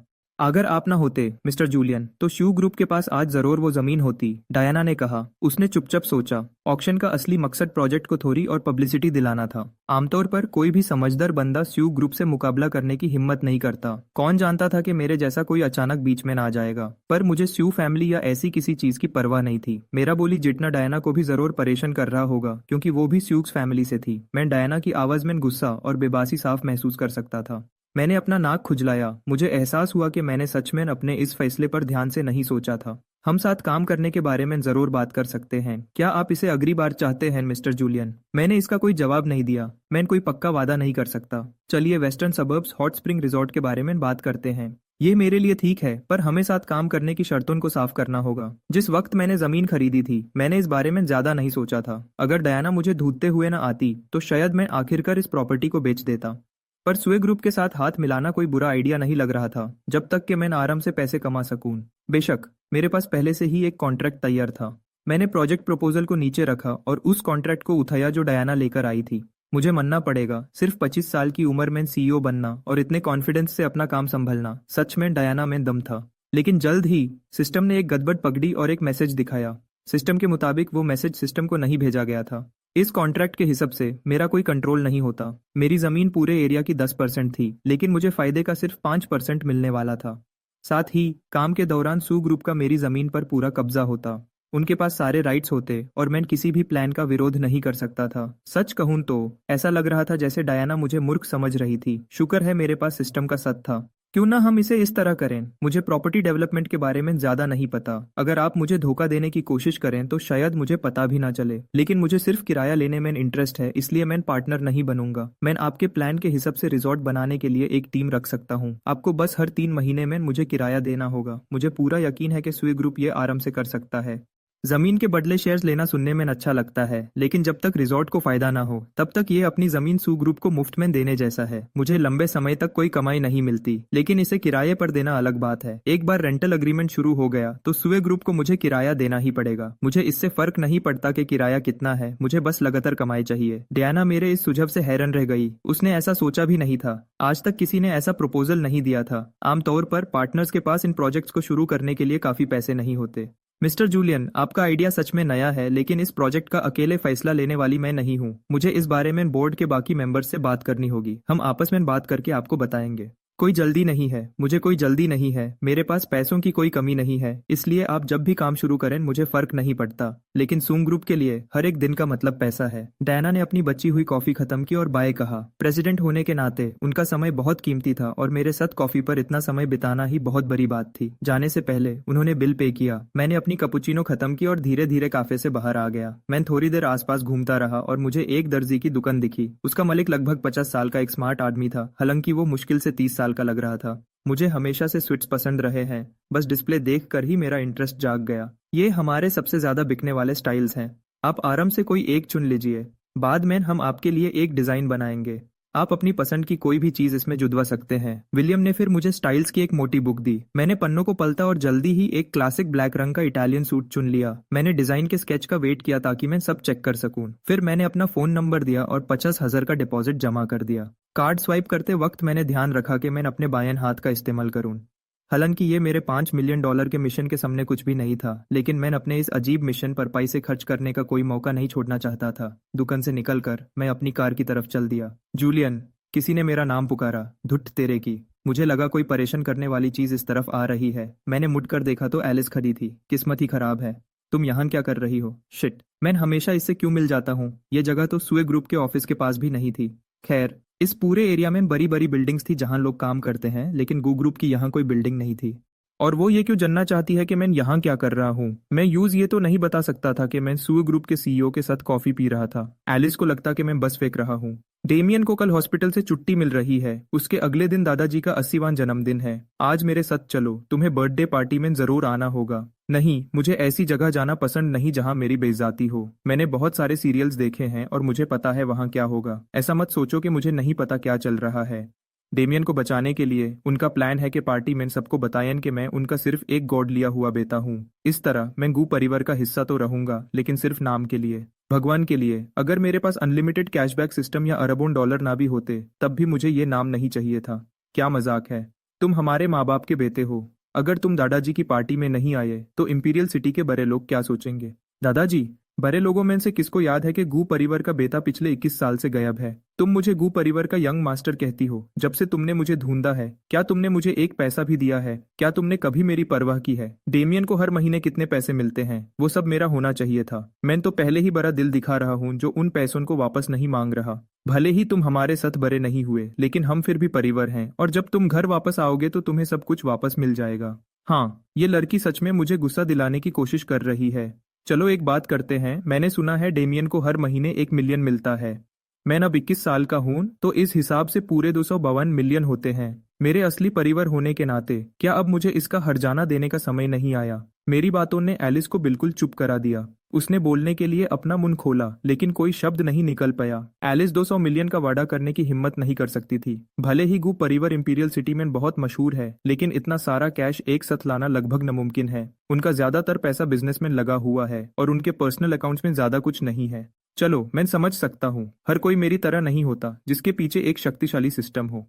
मैंने तुम्हें कई बार बताया है कि मैं गू परिवार में वापस नहीं आ रहा हूँ। अब से हमें एक दूसरे के लिए अनजान ही समझो। वैसे भी तुमने कभी मेरी परवाह नहीं की, तो फिर मुझे एहसान फरामोश क्यों कह रही हो? मैं एलिस के पास से गुजरा, अपनी पोर्शे में बैठा, एक्सेलरेटर दबाया और वहां से निकल गया। एलिस हैरानी से मेरी कार को देखती रही, लेकिन इससे पहले कि वो ज्यादा सोचती, उसका फोन बजू था। वो डेमियन था, जो बहुत ही मीठी आवाज में बात कर रहा था। पहली बार एलिस को उस पर गुस्सा आया, क्योंकि वो बस और पैसे मांग रहा था। इस बीच मैं सीधा इंपीरियल सिटी की मशहूर एंटीक स्ट्रीट की तरफ चल दिया।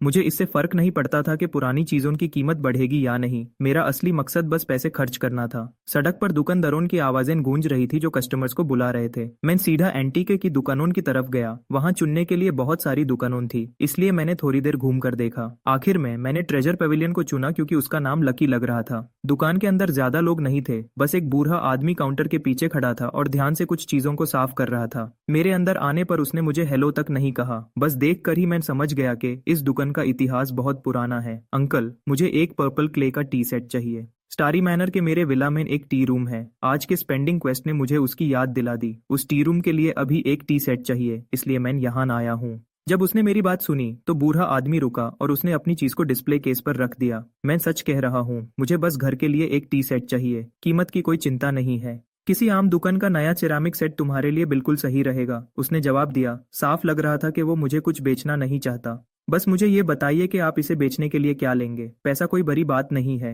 अगर तुम मेरा टेस्ट पास कर लो तो मैं तुम्हें ये पर्पल क्ले टी सेट खरीदने दूंगा। किस तरह का टेस्ट? मुझे बेवकूफ बनाना इतना आसान नहीं है। उस आदमी ने आंखें सिको दी। चिंता मत करो, ये मुश्किल नहीं है। तुम्हें बस ये देखना है कि मैं चाय कैसे बनाता हूँ। अगर तुम एक पोट चाय अच्छे से बना लेते हो तो तुम पास हो जाओगे। बूढ़ा आदमी एलिस्टर मुझे दुकान के टी रूम में ले गया। टेबल पर मैंने एक purple clay dragon T pad देखा। यूज देखकर मेरी आंखें चमक उठी। अगर मैं पास हो गया तो मुझे टी सेट के साथ ये टी पैड भी चाहिए। मैं कुछ चाय की पट्टी भी खरीदूंगा। सेट और चाय के साथ मेरा काम हो जाएगा। मैं अपने खाली समय में चाय का मजा ले सकूंगा और इस टी पैड का ध्यान रख सकूंगा। ठीक है, मेरे पास एक सोने का भी है। टेस्ट पास करो और मैं वो तुम्हें दे दूंगा। ठीक है, तो डील पक्की रही। एलिस्टर ने चाय बनाना शुरू किया और मैं ध्यान से देखने लगा। एंटीक दुकान के मलिकों में सच में एक पुराना और अलग ही अंदाज होता है। सच कहूं तो मैंने पहले कभी चाय बनाने का ये तरीका नहीं सीखा था, लेकिन शुक्र है मेरी याददाश्त बहुत तेज है। मैंने उनकी हर एक हरकत को ध्यान में रखा और बिल्कुल वैसा ही किया। आखिर में मैं चाय बनाने में कामयाब रहा। फिर मैंने एक नई चाय बनाई। मुझे यकीन है कि पूरी वीडियो देखते वक्त आपको यह याद रहेगा। मुझे उम्मीद है कि आपको ये वीडियो पसंद आई होगी। अगर पसंद आई तो प्लीज लाइक और सब्सक्राइब करें। अगर अभी तक नहीं किया है तो मैं डिस्क्रिप्शन में लिंक छोड़ दूंगा। तो आज के लिए बस इतना ही। मिलते हैं अगली वीडियो में, तब तक के लिए बाय। आखिर में मैंने एक परफेक्ट चाय बना ली। एलिस्टर ने मुझे देखा और सर हिलाया और मन ही मन सोचा, इस लड़के में सच में टैलेंट है। ये पर्पल ग्रे टी सेट मेरे एक दोस्त का है। ये सॉन्ग डायनेस्टी के समय का है और उसके परिवार में पीढ़ियों से चला आ रहा है।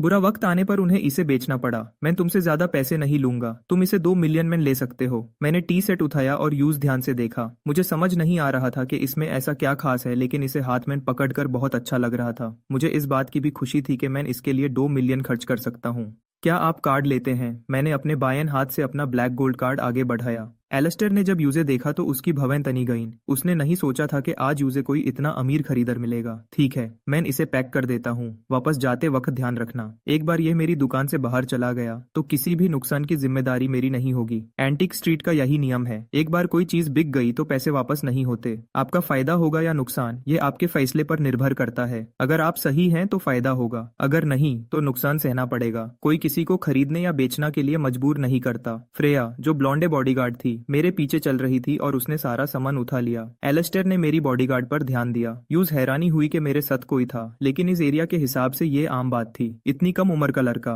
2 मिलियन खर्च करना और इतने सारे बॉडीगार्ड्स रखना, ये लड़का जरूर बहुत अमीर होगा। कार्ड स्वाइप करने के बाद उसने मुझे कार्ड वापस दे दिया। मैंने कार्ड लिया और सड़क पर आगे घूमने लगा। चलते चलते मैंने कहीं कुछ हजार तो कहीं दशों हजार खर्च किए। देखते ही देखते मैंने बचे हुए 2.95 मिलियन खर्च कर दिए। सिस्टम मेरे दिमाग में बज उठा। आपने रात के 12 बजे से पहले 5 मिलियन खर्च करने का मिशन पूरा कर लिया है। बायन हाथ का नियम पूरा हुआ। रिवॉर्ड में 4 गुना मल्टीप्लायर मिला है। आपके अकाउंट में 20 मिलियन जोड़ दिए गए हैं।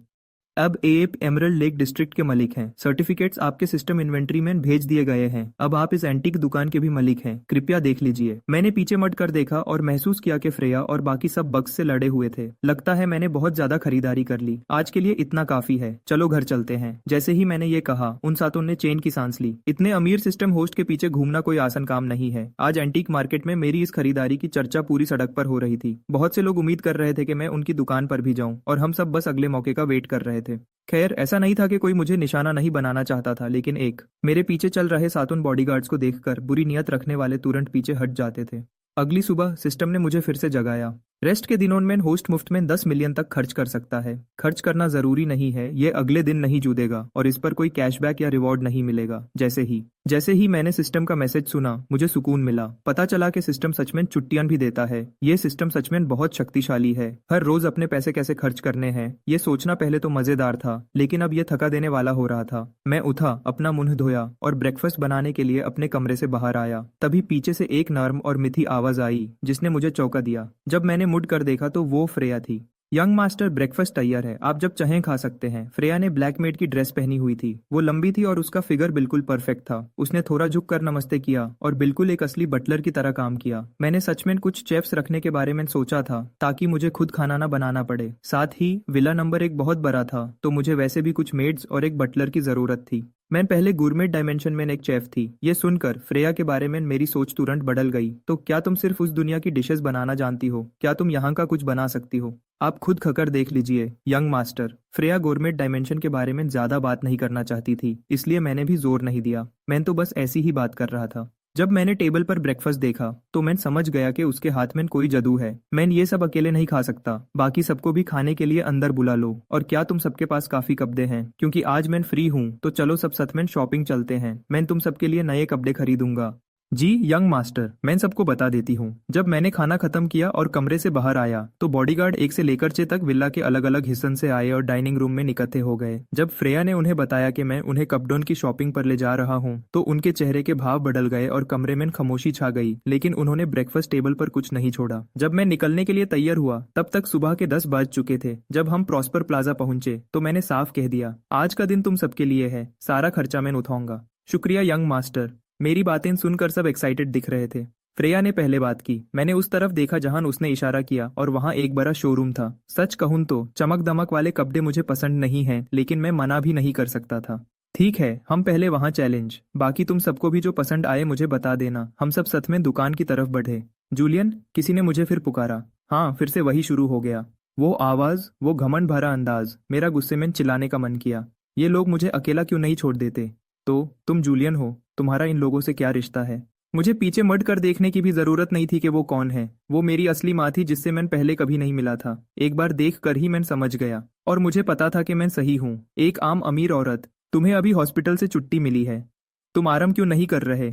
मैंने उस ब्लॉन्ड लड़के को देखा जो जरूर डेमियन ही होगा। ये कैसा बर्ताव है? कैथरीन पहले से ही मुझसे दूरी महसूस कर रही थी, जो अचानक उनका बेटा बनकर सामने आया था। अब मुझे अपने प्रति ठंडा बर्ताव करते देख उनकी नज़र में मेरी इमेज और खराब हो गई। मैं आपसे वैसे ही बात करूंगा जैसे आप मुझसे करती हैं। क्या आपको कुछ चाहिए? मैं बिजी हूँ, मुझे अपने बॉडीगार्ड्स के लिए शॉपिंग करनी है और आप जितना मेरा समय खराब करेंगी, मेरे लिए रोज की 10 मिलियन की लिमिट खर्च करना उतना ही मुश्किल होगा। मुझे आपके साथ परिवार नहीं खेलना है। मुझ पर चिल्लाने मत आइए और मेरी माँ बनने का नाटक मत कीजिए। Julian, Julian. एलिस ने नहीं सोचा था कि मैं अपनी माँ और हॉस्पिटल से अभी अभी आए भाई से भी इतना दूर रहूंगा। बस बताओ कि तुम क्या चाहती हो। मैंने कल तुम्हें बताया था कल दादाजी की बर्थडे पार्टी है। क्योंकि तुम हमारे परिवार के यंग मास्टर हो तो तुम्हें आना चाहिए। आज हम डेमियन के लिए सूट खरीदने आए हैं। जब तुम यहाँ मिल ही गए हो तो हमारे साथ क्यों नहीं चलते। मैंने एलिस को देखा। क्या तुम सच में चाहती हो कि मैं वहां आऊं। हाँ, उसने सर हिलाया। मैंने मुस्कुराया, लेकिन वो एक ठंडी मुस्कान थी। ठीक है, तुम जैसा कह रही हो मैं वैसा ही करूंगा और आऊंगा, लेकिन बाद में पछताना मत। मैं कोई रोबोट नहीं हूं जो तुम्हारी हर बात मान लूं। मैंने उन्हें देखा और जाने लगा, लेकिन कैथरीन ने मुझे रुकने के लिए फिर से चिल्लाया तो मैं एक सेकंड बाद पीछे मुड़ा। अगर कुछ और भी कहना है तो अभी कह दो। तुमने अभी तक नहीं बताया कि इन लोगों से तुम्हारा क्या रिश्ता है, कैथरीन ने गुस्से में पूछा। गुस्सा मत होइए भैया, मम्मी बस आपकी चिंता कर रही हैं। आप इतने सारे लोगों के साथ शॉपिंग कर रहे थे। दमियन ने बात अधूरी छोड़ दी, लेकिन लोगों को शक करने के लिए काफी इशारा दे दिया। तुम्हें चुप रहना चाहिए इससे पहले कि मैं तुम्हें चुप कराऊं। यह सुनकर डेमियन ने डरने का नाटक किया। वो जल्दी से कैथरीन के पीछे छुप गया। तुम्हारी प्रॉब्लम क्या है। डेमियन अभी हॉस्पिटल से बाहर आया है। क्या तुम चाहते हो कि वो फिर से वहां चला जाए। अगर सिर्फ कुछ बातों से वो हॉस्पिटल पहुंच सकता है तो क्या डेमियन कांच का बना है। मिस कैथरीन, मैं चाहता हूं कि आप एक बात साफ समझ लें। आपने मुझे नहीं पला है। आज मैं जो भी पैसा खर्च कर रहा हूँ वो मैंने खुद कमाया है। आपके परिवार में से किसी को भी मुझे जज करने का कोई हक नहीं है। अगर किसी का कोई देना बनता है तो वो आपका परिवार है जिसने मेरा देना है। मेरी बातों ने एलिस और कैथरीन को हैरान कर दिया। वो विरोध करना चाहती थी, लेकिन फिर उन्हें समझ आया कि मैं सच कह रहा हूँ। डेमियन, जो एक कोने में खड़ा था जहां कोई यूज देख नहीं सकता था, उसकी आंखों में नफरत साफ दिख रही थी। उसका डर बिल्कुल गायब हो चुका था जो उसने सबके सामने दिखाया था। बहुत हुआ, मेरे पीछे घूमना बैंड करो, मुझे बहुत सारे काम हैं। ये कहने के बाद मैं मुदा और फ्रेया और बाकी के बॉडीगार्ड्स के साथ चल दिया। हम अपने पीछे वाली दुकान में चले गए। प्रॉस्पर प्लाजा में मुझे सब जानते थे, इसलिए दुकान के स्टाफ ने मेरा बहुत अच्छे से स्वागत किया। मम्मी, क्या वो उस लड़की के लिए कपड़े खरीद रहा है। जब डेमियन थोड़ा शांत हुआ तो कैथरीन ने गुस्से में कहा, बिल्कुल किसी बाहर वाले की तरह पला है, बहुत बदतमीज हो गया है। एलिस, अब से तुम इस पर नजर रखना, इसे हमारे परिवार का नाम मिट्टी में मत मिलाने देना। कैथरीन के दिल में अपने बेटे के लिए कोई माँ जैसा प्यार नहीं था। उन्हें बस इस बात की चिंता थी कि कहीं मैं परिवार की बेइज्जती न कर दूं। एलिस ने डेमियन और अपनी मम्मी को देखा और आखिर में सर हिला दिया, लेकिन एलिस ने दुकान के शीशे से मुझे पीछे मड़कर देखा। उसने देखा कि मैं कपड़े ऐसे उठा रहा हूँ जैसे मुफ्त के हों और उन्हें फ्रेया को दिखा रहा हूँ। उसने अपने होंठ दबाए और कैथरीन और डेमियन के पीछे चल दी और दुकान से बाहर निकल गई। ये सारे सेट्स ठीक रहेंगे, कृपया इन सबको इसके साइज के हिसाब से पैक कर दीजिए, मैंने सेल्स गर्ल से कहा। मेरे पास कपड़े ट्राई करने का समय नहीं था। मुझे आज 7 लोगों के लिए कपड़े खरीदने थे और अगर हर कोई ट्राई करने लगता तो पूरा दिन निकल जाता। बिल्कुल सर, कृपया हमें थोड़ा समय दीजिए। सेल्स गर्ल बहुत खुश थी। मैं प्रॉस्पर प्लाजा में बड़े खर्चे करने के लिए मशहूर था और सिर्फ इस एक खरीदारी से ही उसका अगले कई दिनों का सेल्स टारगेट पूरा हो गया था। मिस्टर जूलियन, आपके कपड़े तैयार हैं, कृपया बिल पे करने के लिए काउंटर पर आइए। मैंने सर हिलाया, शॉपिंग बैग्स फ्रेया को दिए और काउंटर की तरफ चल दिया। हेलो, आपका टोटल 1,28,000 हुआ है। आप कार्ड से पे करेंगे या कैश। Card, card. मैंने उन्हें अपना ब्लैक गोल्ड क्रेडिट कार्ड दे दिया। पेमेंट होने के बाद मैं सबको लेकर दुकान से बाहर आया और अगली दुकान की तरफ चल दिया। प्रॉस्पर प्लाजा में बड़े खर्चे करने की मेरी आदत की वजह से ये खबर जल्दी ही फैल गई कि मैं अपने साथ बॉडीगार्ड्स के लिए शॉपिंग कर रहा हूँ। अब मॉल की हर कपड़ों की दुकान मेरा वेट कर रही थी। इस बीच एलिस और बाकी सब डेमियन के लिए सूट चुन रहे थे, लेकिन उनका ध्यान अब भी इस बात पर था कि मैं प्लाजा में क्या कर रहा हूँ। जब एलिस ने सुना कि मैं अपने बॉडीगार्ड्स के कपड़ों पर इतने सारे पैसे खर्च कर रहा हूँ तो उसके दिल में जलन होने लगी। उसे समझ नहीं आ रहा था कि यूज ऐसा क्यों लग रहा है। मैं उसका असली भाई था, लेकिन मैंने कभी उसके लिए एक कपड़ा भी नहीं खरीदा था। मैं पैसों को लेकर लापरवाह नहीं लगता था, तो फिर मैं बॉडीगार्ड्स के कपड़ों पर लाखों रुपए क्यों खर्च कर रहा हूँ। एलिस, कैथरीन की आवाज ने एलिस का ध्यान खींचा और यूं समझ आया कि वो फिर से मेरे बारे में सोच रही थी। मम्मी, क्या बात है। सच कहूं तो एलिस शॉपिंग पर नहीं आना चाहती थी, लेकिन डेमियन ने उसे तब तक परेशान किया जब तक वो मान नहीं गई।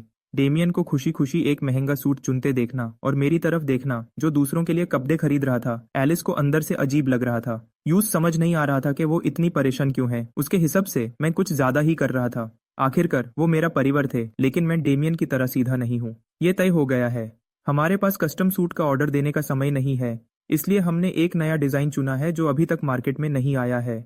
मैंने उनसे बात कर ली है। डेमियन के खरीदने के बाद कोई और ऐसा सूट नहीं ले पाएगा। ये कल हमारे घर पहुंच जाएगा। ध्यान रखना कि कोई इसका पता करे। समझ गई मम्मी, सूट चुन लिया गया है, कैथरीन ने कहा। उनका प्लान डेमियन के लिए मैचिंग वॉचेस और एक्सेसरीज खरीदने का भी था, लेकिन ये देखने का वेट करते हुए कि किस तरह का। एलिस को हैरान देखकर उसने गुस्से में पूछा, क्या कुछ और भी है? क्या तुम जूलियन के लिए सूट चुनने में मदद नहीं करोगी? एलिस ने सोचा कि क्योंकि ये जूलियन की पहली पार्टी होगी तो शायद यूज फॉर्मल कपड़ों के बारे में ज्यादा ना पता हो। उसने उम्मीद की कि कैथरीन उसकी मदद करेगी, ये सोच करके भले ही वो मुझे डेमियन की तरह प्यार न करें, लेकिन मैं फिर भी उनका बेटा हूँ और मुझे बिल्कुल इग्नोर नहीं किया जाना चाहिए। वैसे भी वो मुझे पसंद नहीं करता। यूज मेरी चुनी हुई कोई चीज नहीं चाहिए होगी। मैं अपना समय खराब नहीं करने वाली, बस वहां से उसके साइजे का कोई भी एक सूट चुन लो। कैथरीन ने कोने में टंगे हुए कुछ सूट्स की तरफ इशारा किया। उन्हें देखकर ही लग रहा था कि वो सस्ते सूट्स हैं, शायद 2 लाख के भी नहीं होंगे, जबकि डेमियन का सूट मेंबरशिप के बाद भी 1 मिलियन से ज्यादा का था। एलिस कैथरीन को देखती रही। अब यूज समझ आया कि जूलियन परिवार से कोई रिश्ता क्यों नहीं रखना चाहता था। अगर वो उसकी जगह होती तो शायद और भी ठंडी होती। उसने अपनी जुबान बंद रखी और चुपचाप पीछे चल दी। यूज बस जूलियन के लिए एक सूट चुनना था, है ना? स्टारी मैनर के मेरे बेडरूम की बड़ी खिड़कियों से सुबह की धूप अंदर आ रही थी। मैं अपने बड़े किंग साइज बेड पर लेता हुआ था। जैसे ही मैंने अपनी आंखें खोली, मेरे दिमाग में वही जानी पहचानी आवाज गूंजी। याद दिलाया जाता है कि गैलेक्टिक सिस्टम के नियम के मुताबिक आज छुट्टी का दिन है। आज पैसे खर्च करने का कोई काम नहीं है। आप बिना किसी दबाव के अपने दिन का मजा ले सकते हैं। मैं मुस्कुराया और पीछे लेट गया। बहुत अच्छा लग रहा था। मुझे लगा जैसे मैं अभी भी एक एम्प्लॉई हूँ और वीकेंड आने पर खुश हो रहा हूँ। आज मेरे पास करने के लिए कुछ नहीं था। मेरे स्केड्यूल में बस एक ही चीज थी, मेरे असली परिवार की तरफ से दादाजी के 80वें जन्मदिन की पार्टी का इनविटेशन। नहाने और फ्रेया का बनाया हुआ स्वादिष्ट ब्रेकफास्ट खाने के बाद उसने मुझे बताया कि दर्जी मिस्टर विलियम आए हैं। वो खुद मेरा बनाया हुआ कस्टम सूट देने आए थे। मिस्टर जूलियन, ये हमारी दुकान का सबसे बेहतरीन सूट है, विलियम ने आदर से झुककर कहा। मैंने कपड़े को छुआ। ये एक गहरा सुंदर ब्लैक रंग का सूट था जो बहुत ही दुर्लभ इटालियन वुल से बना था। इस पर कोई चमकदार ब्रांड लोगो नहीं था। ये मेरे शरीर पर बिल्कुल परफेक्ट फिट बाई था। ये किसी नए अमीर आदमी के दिखावे जैसा नहीं लग रहा था, बल्कि इसमें एक पुरानी अमीरी और ताकत झलक रही थी। जब मैंने आईने में देखा तो मुझे वो गरीब लड़का नहीं दिखा जो कभी खाने के लिए जंगली कुत्तों से लड़ता था। मैंने एक ऐसे आदमी को देखा जिसका अपनी जिंदगी पर पूरा कंट्रोल था। सच में आज मैं काफी हैंडसम लग रहा था। फिर मैं विला के लॉबी में गया और एक सेकंड के लिए रुका। मेरे साथों बॉडीगार्ड्स एक लाइन में खड़े होकर मेरा वेट कर रहे थे। उन्होंने वही अच्छे कपड़े पहने थे जो मैंने कल उन्हें दिलाए थे। फ्रेया अपने डार्क कपड़ों में सुंदर पर खतरनाक लग रही थी। बाकीचे मर्द बिल्कुल मूर्ति की तरह खड़े थे। उन्होंने सूट्स पहने थे और कान में ईयर पीसेस लगाए थे। वो कोई किराए के सिक्योरिटी गार्ड्स नहीं लग रहे थे, बल्कि किसी राजा के खास गार्ड्स लग रहे थे। हम तैयार हैं यंग मास्टर, उन्होंने एक साथ कहा। मैंने खुशी से सिर हिलाया। चलो देखते हैं कि क्या गू परिवार आज भी मुझे नीचा दिखाने की हिम्मत करता है। इस बीच शहर के दूसरी तरफ गू परिवार के घर पर बहुत चहल पहल और खुशी का माहौल था। कैथरीन क्लोजेट में खड़ी होकर डेमियन के $1 मिलियन वाले सूट की टी ठीक कर रही थी। वो यूज बड़े प्यार और घमंड से देख रही थी। अपने आप को देखो डेमियन, तुम बिल्कुल गू परिवार के यंग मास्टर लग रहे हो। तुम्हारे दादाजी आज रात तुम्हें देखकर बहुत खुश होंगे। डेमियन धीरे से मुस्कुराया। शुक्रिया मम्मी, लेकिन मुझे भैया जूलियन की थोड़ी चिंता हो रही है। उसने अपने चेहरे पर झूठी चिंता दिखाई। कल मम्मी ने उन्हें कोने में टंगे हुए सस्ते कपड़े लेने को कहा था। अगर वो आज रात सच में वही सस्ते कपड़े पहन कर आ गए और मेहमान उन पर हंसने लगे तो आखिरकार वो आपके बेटे हैं। मैं नहीं चाहता कि उन्हें बुरा लगे। जब कैथरीन ने जूलियन का नाम सुना तो उनका चेहरा उतर गया। तुम उस एहसान फरामोश लड़के की चिंता क्यों कर रहे हो? उन्होंने गुस्से में कहा। अगर उसमें आने की हिम्मत है तो यूज वही सस्ते कपड़े पहन कर आने दो। यूज अपनी औकात समझने के लिए ये एक अच्छा सबक होगा। साथ ही कल उसका बर्ताव बहुत खराब था। यूज ये समझना होगा कि गू परिवार के नाम के बिना इंपीरियल सिटी में उसकी कोई औकात नहीं है। एलिस, जो अपने हीरे के इयररिंग्स पहन रही थी, रुक गई। अपनी माँ की बातें सुनकर यूज थोड़ा अजीब लगा। यूजे याद आया कि कल मॉल में क्या हुआ था। कैसे जूलियन ने बिना सोचे समझे अपने गार्ड्स के कपड़ों पर लाखों रुपए खर्च कर दिए थे। क्या वो सच में उतना गरीब है जितना मम्मी सोचती हैं? एलिस ने सोचा, लेकिन उसने चुप रहना ही ठीक समझा, क्योंकि अपनी माँ से बहस करने से पार्टी खराब हो जाती। कोने में खड़े डेमियन ने अपना सिर झुका लिया। उसके होंठों पर एक चालाकी भरी मुस्कान थी जो उसकी माँ और बहन से छुपी हुई थी। हान, अपने उन्हीं सस्ते कपड़ों में नाना जूलियन, सबको दिखाना कि तुम कितने बदतमीज हो। इंपीरियल सिटी के बड़े लोगों को देखने दो कि मैं तुम जैसे असली बेटे से कितना अलग हूँ। आज रात मैं ये तय कर दूंगा कि इस परिवार का अकेला वारिस मैं ही हूँ। तुम बस एक मजाक बनकर रह जाओगे। उस शाम एक 7 सीट वाली black luxury car 5 star hotel के गेट पर आकर रुकी। इससे पहले कि होटल का स्टाफ कुछ समझ पाता, मेरे बॉडीगार्ड जल्दी से बाहर आए। फ्रेया ने मेरे लिए दरवाजा खोला। जब मैं कार से बाहर निकला तो सबकी नजर मुझ पर ही टिक गई। बिना कुछ बोले भी मेरा सुंदर सूट और मेरे पीछे खड़े खतरनाक बॉडीगार्ड्स मुझे एक जवान बिलियनर दिखा रहे थे। ये कितना हैंडसम है, कुछ लड़कियां आपस में धीरे से बोलने लगीं। मैंने इसे पहले कभी नहीं देखा। क्या ये किसी बड़े खानदान से है? मैंने उनकी बातों को इग्नोर किया और सीधा बड़े हॉल के अंदर चला गया। हॉल बहुत सुंदर सजा हुआ था और वहां इंपीरियल सिटी के बड़े बड़े लोग आए हुए थे। गू परिवार को मुझे देखने में ज्यादा समय नहीं लगा। डेमियन अपना $1 मिलियन का सूट पहने हुए कैथरीन के साथ मेरी तरफ बढ़ा। डेमियन के चेहरे पर एक झूठी मुस्कान थी। जूलियन, तुम सच में आ गए, डेमियन ने तेज आवाज में कहा, ताकि आसपास के लोग सुन सकें। क्योंकि तुम पहली बार ऐसी बड़ी पार्टी में आए हो तो पीछे कोने वाली टेबल पर बैठ जाओ, यहाँ वहां घूमकर हमारी बेइज्जती मत करवाना।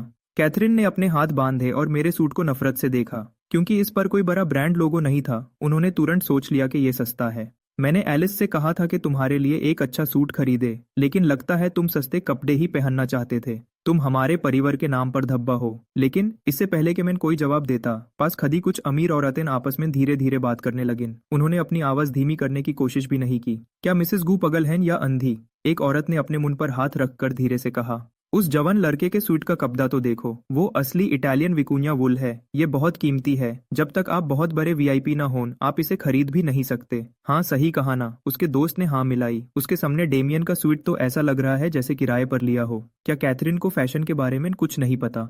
ये सुनकर कैथरीन का चेहरा गुस्से से लाल हो गया। वो अपनी बेइज्जती बर्दाश्त नहीं कर सकती थी। उसने तुरंत उन औरतों की तरफ देखा।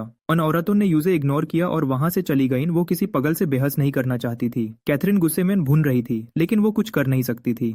मुझे कैथरीन के इस नतक से कोई फर्क नहीं पड़ा। मैंने डेमियन की तरफ देखा तक नहीं। उनसे एक शब्द भी बोले बिना मैं उनके पास से गुजरा और सीधा आगे बढ़ गया। मैं आईने के सामने से होते हुए बिल्कुल बीच में बनी वीवीआईपी टेबल पर बैठ गया, जो आमतौर पर सबसे खास मेहमानों के लिए होती है। सुनो, तुम वहां नहीं बैठ सकते, डेमियन गुस्से में फुफकारा। कैथरीन भी मुझ पर चिल्लाने ही वाली थी, लेकिन तभी हॉल की लाइट्स धीमी हो गईं। इवेंट शुरू होने वाला था। उनके पास चुप रहने और अपना गुस्सा दबाने के अलावा कोई रास्ता नहीं था। होस्ट ने मिक लिया और रिचर्ड और दादाजी को स्टेज पर बुलाया। लोगों ने तालियां बजाईं। आप सबका स्वागत है और मेरे 80वें जन्मदिन पर आने के लिए शुक्रिया, दादाजी ने एक प्यारी मुस्कान के साथ कहा। फिर उन्होंने डेमियन के कंधे पर हाथ रखा। मुझे अपने पोते डेमियन का परिचय देते हुए बहुत खुशी हो रही है। वो गू परिवार का भविष्य है, एक समझदार और कबील लड़का। लोगों ने फिर से तालियां बजाईं। डेमियन ने झुककर नमस्ते किया। वो बिल्कुल एक परफेक्ट यंग मास्टर लग रहा था। फिर दादाजी की मुस्कान बदल गई। उन्होंने झूठी उदासी और दया का नाटक किया। लेकिन हमारे परिवार ने हमेशा दूसरों की मदद करने में विश्वास रखा है।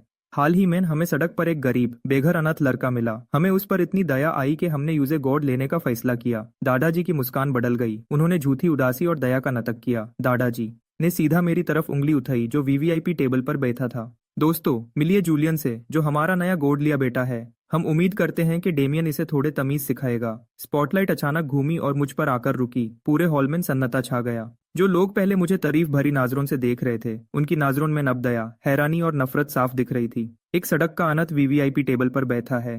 कितना बेशर्म है। इसमें बिल्कुल तमीज नहीं है। लगता है अच्छे कपड़े पहनकर भी तमीज नहीं खरीदी जा सकती। हॉल में ऐसी ही बातें होने लगिन। माहौल बहुत अजीब और तनाव भरा हो गया। रिचर्ड, कैथरीन और डेमियन स्टेज से मेरी तरफ देखकर मुस्कुरा रहे थे। उन्हें लगा कि उन्होंने मुझे फंसा लिया है और पूरे शहर के सामने मेरा घमंड तोड़ दिया है। मैं बस वहां बैठा रहा, अपने ग्लास में जूस को घुमाता रहा। मुझे कोई फर्क नहीं पड़ रहा था। उन्हें अपनी इस छोटी सी जीत का मजा लेने दो, ये ज्यादा देर नहीं चलने वाली थी। जैसे ही हॉल में लोगों की बातें बहुत बढ़ गईं, तभी अचानक गेट का बड़ा दरवाजा खुला। एक बेहद सुंदर औरत अंदर आई और उसके पीछे उसका असिस्टेंट था। वो डायना सू थी, जो सू ग्रुप की सीईओ है। इंपीरियल सिटी में सू परिवार सबसे ऊपर था। उनके सामने गू परिवार एक छोटी मछली जैसा था। डायना को आता देख दादाजी और रिचर्ड मेरे साथ चल रहे अपने इस नाटक को बिल्कुल भूल गए। वो स्टेज से ऐसे भागे जैसे कोई कुत्ता अपने मालिक को देखकर भागता है। रिचर्ड ने अपने चेहरे पर एक बड़ी और झूठी मुस्कान लाई। मिस डायना, ये हमारे लिए बड़े सम्मान की बात है। मेरे पिताजी की बर्थडे पार्टी में आने के लिए आपका बहुत बहुत शुक्रिया, रिचर्ड ने हाथ मिलाने के लिए आगे बढ़ते हुए कहा। डायना रुकी भी नहीं, उसने बस रिचर्ड को देखकर धीरे से सिर हिलाया। उसका ध्यान पूरे हॉल में घूमा और वीवीआईपी टेबल पर आकर रुक गया। जब उसने हॉल को देखा तो वो हैरान रह गई। उसने मुझे देखा और उसके चेहरे के भाव तुरंत बदल गए और एक प्यारी मुस्कान में बदल गए। उसने रिचर्ड और दादाजी को बिल्कुल इग्नोर किया और उन्हें वहां अजीब हालत में छोड़ दिया। डायना सीधा मेरी टेबल की तरफ आई। मिस्टर जूलियन, डायना ने मुझे हेलो कहा। उसकी आवाज इतनी तेज थी कि आसपास की टेबल्स पर बैठे लोग आराम से सुन सकते थे। मैंने नहीं सोचा था कि आप आज यहाँ मिलेंगे। ये देखकर बहुत खुशी हुई। मैं मुस्कुराया और अपना ग्लास उसकी तरफ बढ़ाया। Miss Diana, good evening. इससे पहले कि कोई इस हैरानी से बाहर आ पाता कि इतनी बड़ी सीईओ एक सड़क के अनाथ को हेलो कह रही है, डायना ने एक बड़ा धमाका किया। क्योंकि आप मुझे यहाँ मिल गए हैं तो मैं आपको एक खुशखबरी देना चाहती हूँ, डायना ने मुस्कुराते हुए कहा। डायरेक्टर्स आपकी सारी बातों पर राजी हो गए हैं। स्यू ग्रुप आपकी वेस्टर्न सबर्ब्स वाली जमीन के लिए हर 3 महीने में अरबों डॉलर किराया देने के लिए तैयार है। कॉन्ट्रैक्ट तैयार है और हम कल आपकी सुविधा के हिसाब से इस पर साइन कर सकते हैं। तभी किसी पास वाली टेबल से ग्लास गिरने की आवाज आई। पूरा हॉल बिल्कुल शांत हो गया। इतना सन्नाटा था कि एक सुई गिरने की आवाज भी सुनी जा सकती थी। हर 3 महीने में अरबों डॉलर का किराया। रिचर्ड का तो मुंह खुला का खुला रह गया। मिस्टर डायना, मुझे माफ कीजिएगा, लेकिन जरूर कोई गलतफहमी हुई है। आप इस लड़के को जानती हैं। ये तो बस एक गरीब बेघर अनाथ है जिसे हमने दया करके गोद लिया है। डायना ने मुड़कर रिचर्ड को देखा। उसकी आंखों में हैरानी थी जो जल्द ही गुस्से में बदल गई। उसने उसे ऐसे देखा जैसे वो पागल हो गया हो।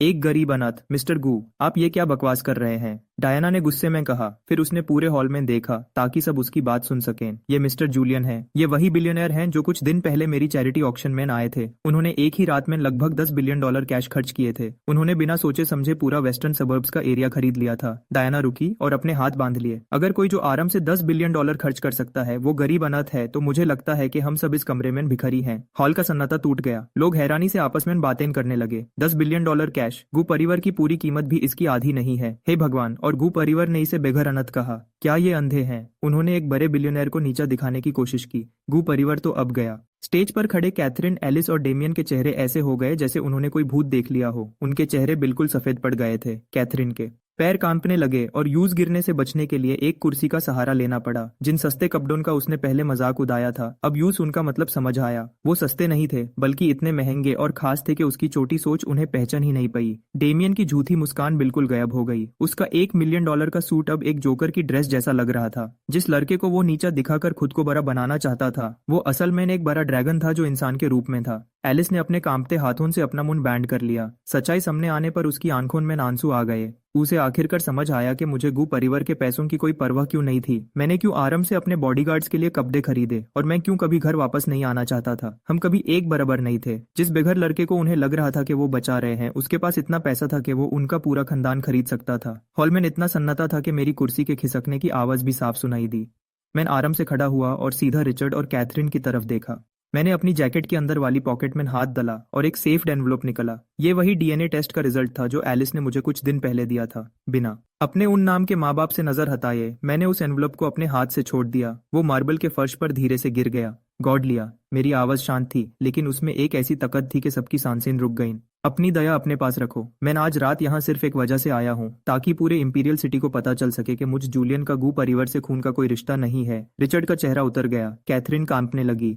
मैंने अपनी बात जारी रखी। मेरे शब्द उन्हें तलवार की तरह चुभे। मुझे आपके चिल्लर नहीं चाहिए। आपने मुझे कभी नहीं पला। आपने कभी परवाह नहीं की कि मैं सड़क पर भूखा मर रहा हूँ, और अब आप अचानक आकर चाहते हैं कि मैं आपका पलतू कुत्ता बन कर रहूं। मैं मना करता हूँ। आज के बाद से हमारा आपस में कोई रिश्ता नहीं है। फिर कभी मुझे अपना बेटा कहने की कोशिश मत करना। जूलियन नहीं, कैथरीन चिल्लाई। उसके चेहरे से आंसू बहने लगे क्योंकि उसे समझ आ गया था कि उसने क्या खो दिया है। उसने अपना हाथ मेरी तरफ बढ़ाया। मेरे बेटे, मैंने यूजे देखा।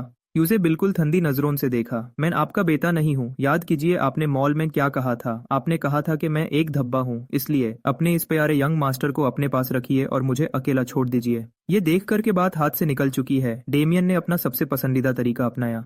उसने अपना सीना पकड़ा, अपनी आंखें ऊपर की और बेहोश होने का नाटक करते हुए फर्श पर गिर गया। आमतौर पर उसका परिवार तुरंत उसके पास भागता और डॉक्टर को बुलाता, लेकिन आज रात किसी ने परवाह नहीं की। एक भी मेहमान ने उसकी तरफ नहीं देखा। कमरे की सारी आंखें मुझ पर टिकी हुई थी। शहर के बड़े लोग एक असली बिलियनर को देखने में इतने बिजी थे कि उन्हें फर्श पर पड़े एक कमजोर और झूठी एक्टिंग करने वाले यंग मास्टर की कोई चिंता नहीं थी। थोड़ी दूर खड़ी एलिस आखिरकार टूट गई। उसने अपना चेहरा छुपाया और चुपचाप रोने लगी। यूज आखिरकार अपने परिवार की सबसे बड़ी बेवकूफी समझ आ गई थी। उन्होंने एक उड़ते हुए ड्रैगन को छोड़ दिया सिर्फ एक बेकार सांप को बचाने के लिए। मैंने उन्हें देखने में एक सेकंड भी खराब नहीं किया। मैं मुदा और बाहर जाने के लिए चल दिया। फ्रेया और बाकी सब बाहर की तरफ चलने लगे और मेरे बाकीचे बॉडीगार्ड स्टूडेंट आगे आए और उन्होंने मेरे आसपास एक घेरा बना लिया। जैसे ही मैं चलने लगा, एक अजीब चीज हुई। इंपीरियल सिटी के वही अमीर और ताकतवर लोग जो कुछ मिनट पहले मुझे नीचा दिखा रहे थे, वो खुद ही मेरे रास्ते से ऐसे हट गए जैसे समुंदर दो हिस्सों में बट गया हो। एक तरफ हो गए और अपना सर थोड़ा झुकाया, अपनी गहरी इज्जत दिखाने के लिए। मैं बड़े होटल से बाहर निकला और रात की ठंडी हवा में आया। मेरे बॉडीगार्ड्स ने मेरी महंगी गाड़ी का दरवाजा खोला और मैं आराम से पीछे की सीट पर बैठ गया। जैसे ही गाड़ी होटल से दूर जाने लगी, मैंने खिड़की से बाहर शहर की चमकती हुई सुंदर लाइट्स को देखा। अचानक मैंने एक गाड़ी देखी और मैंने खिड़की से बाहर देखा और मैंने एक गाड़ी देखी। मैंने एक गाड़ी देखी। मैंने एक गाड़ी देखी। मैंने एक गाड़ी देखी। मैंने एक गाड़ी देखी। मैंने एक गाड़ी देखी। मैंने एक गाड़ी देखी। मैंने एक गाड़ी देखी। मैंने एक गाड़ी देखी। मैंने एक गाड़ी देखी। मैंने एक गाड़ी देखी। मैंने एक गाड़ी देखी। मैंने एक गाड़ी देखी। आखिरकार वो जानी पहचानी मशीन जैसी आवाज मेरे दिमाग में गूंजी। मेरे चेहरे पर एक सच्ची और सुकून भरी मुस्कान आ गई। गू फैमिली, उनका ड्रामा और उनकी छोटी सी कंपनी अब मेरे लिए बस एक बेकार इतिहास बन चुके थे। वो अपनी पछतावे की छोटी सी दुनिया में खोए हुए थे, जबकि पूरी दुनिया मेरी मुट्ठी में थी। प्लान बदल गया है, मैंने नरम लेदर सीट पर पीछे तिकते हुए कहा। एयरपोर्ट की तरफ चलो। जी, ड्राइवर ने जवाब दिया।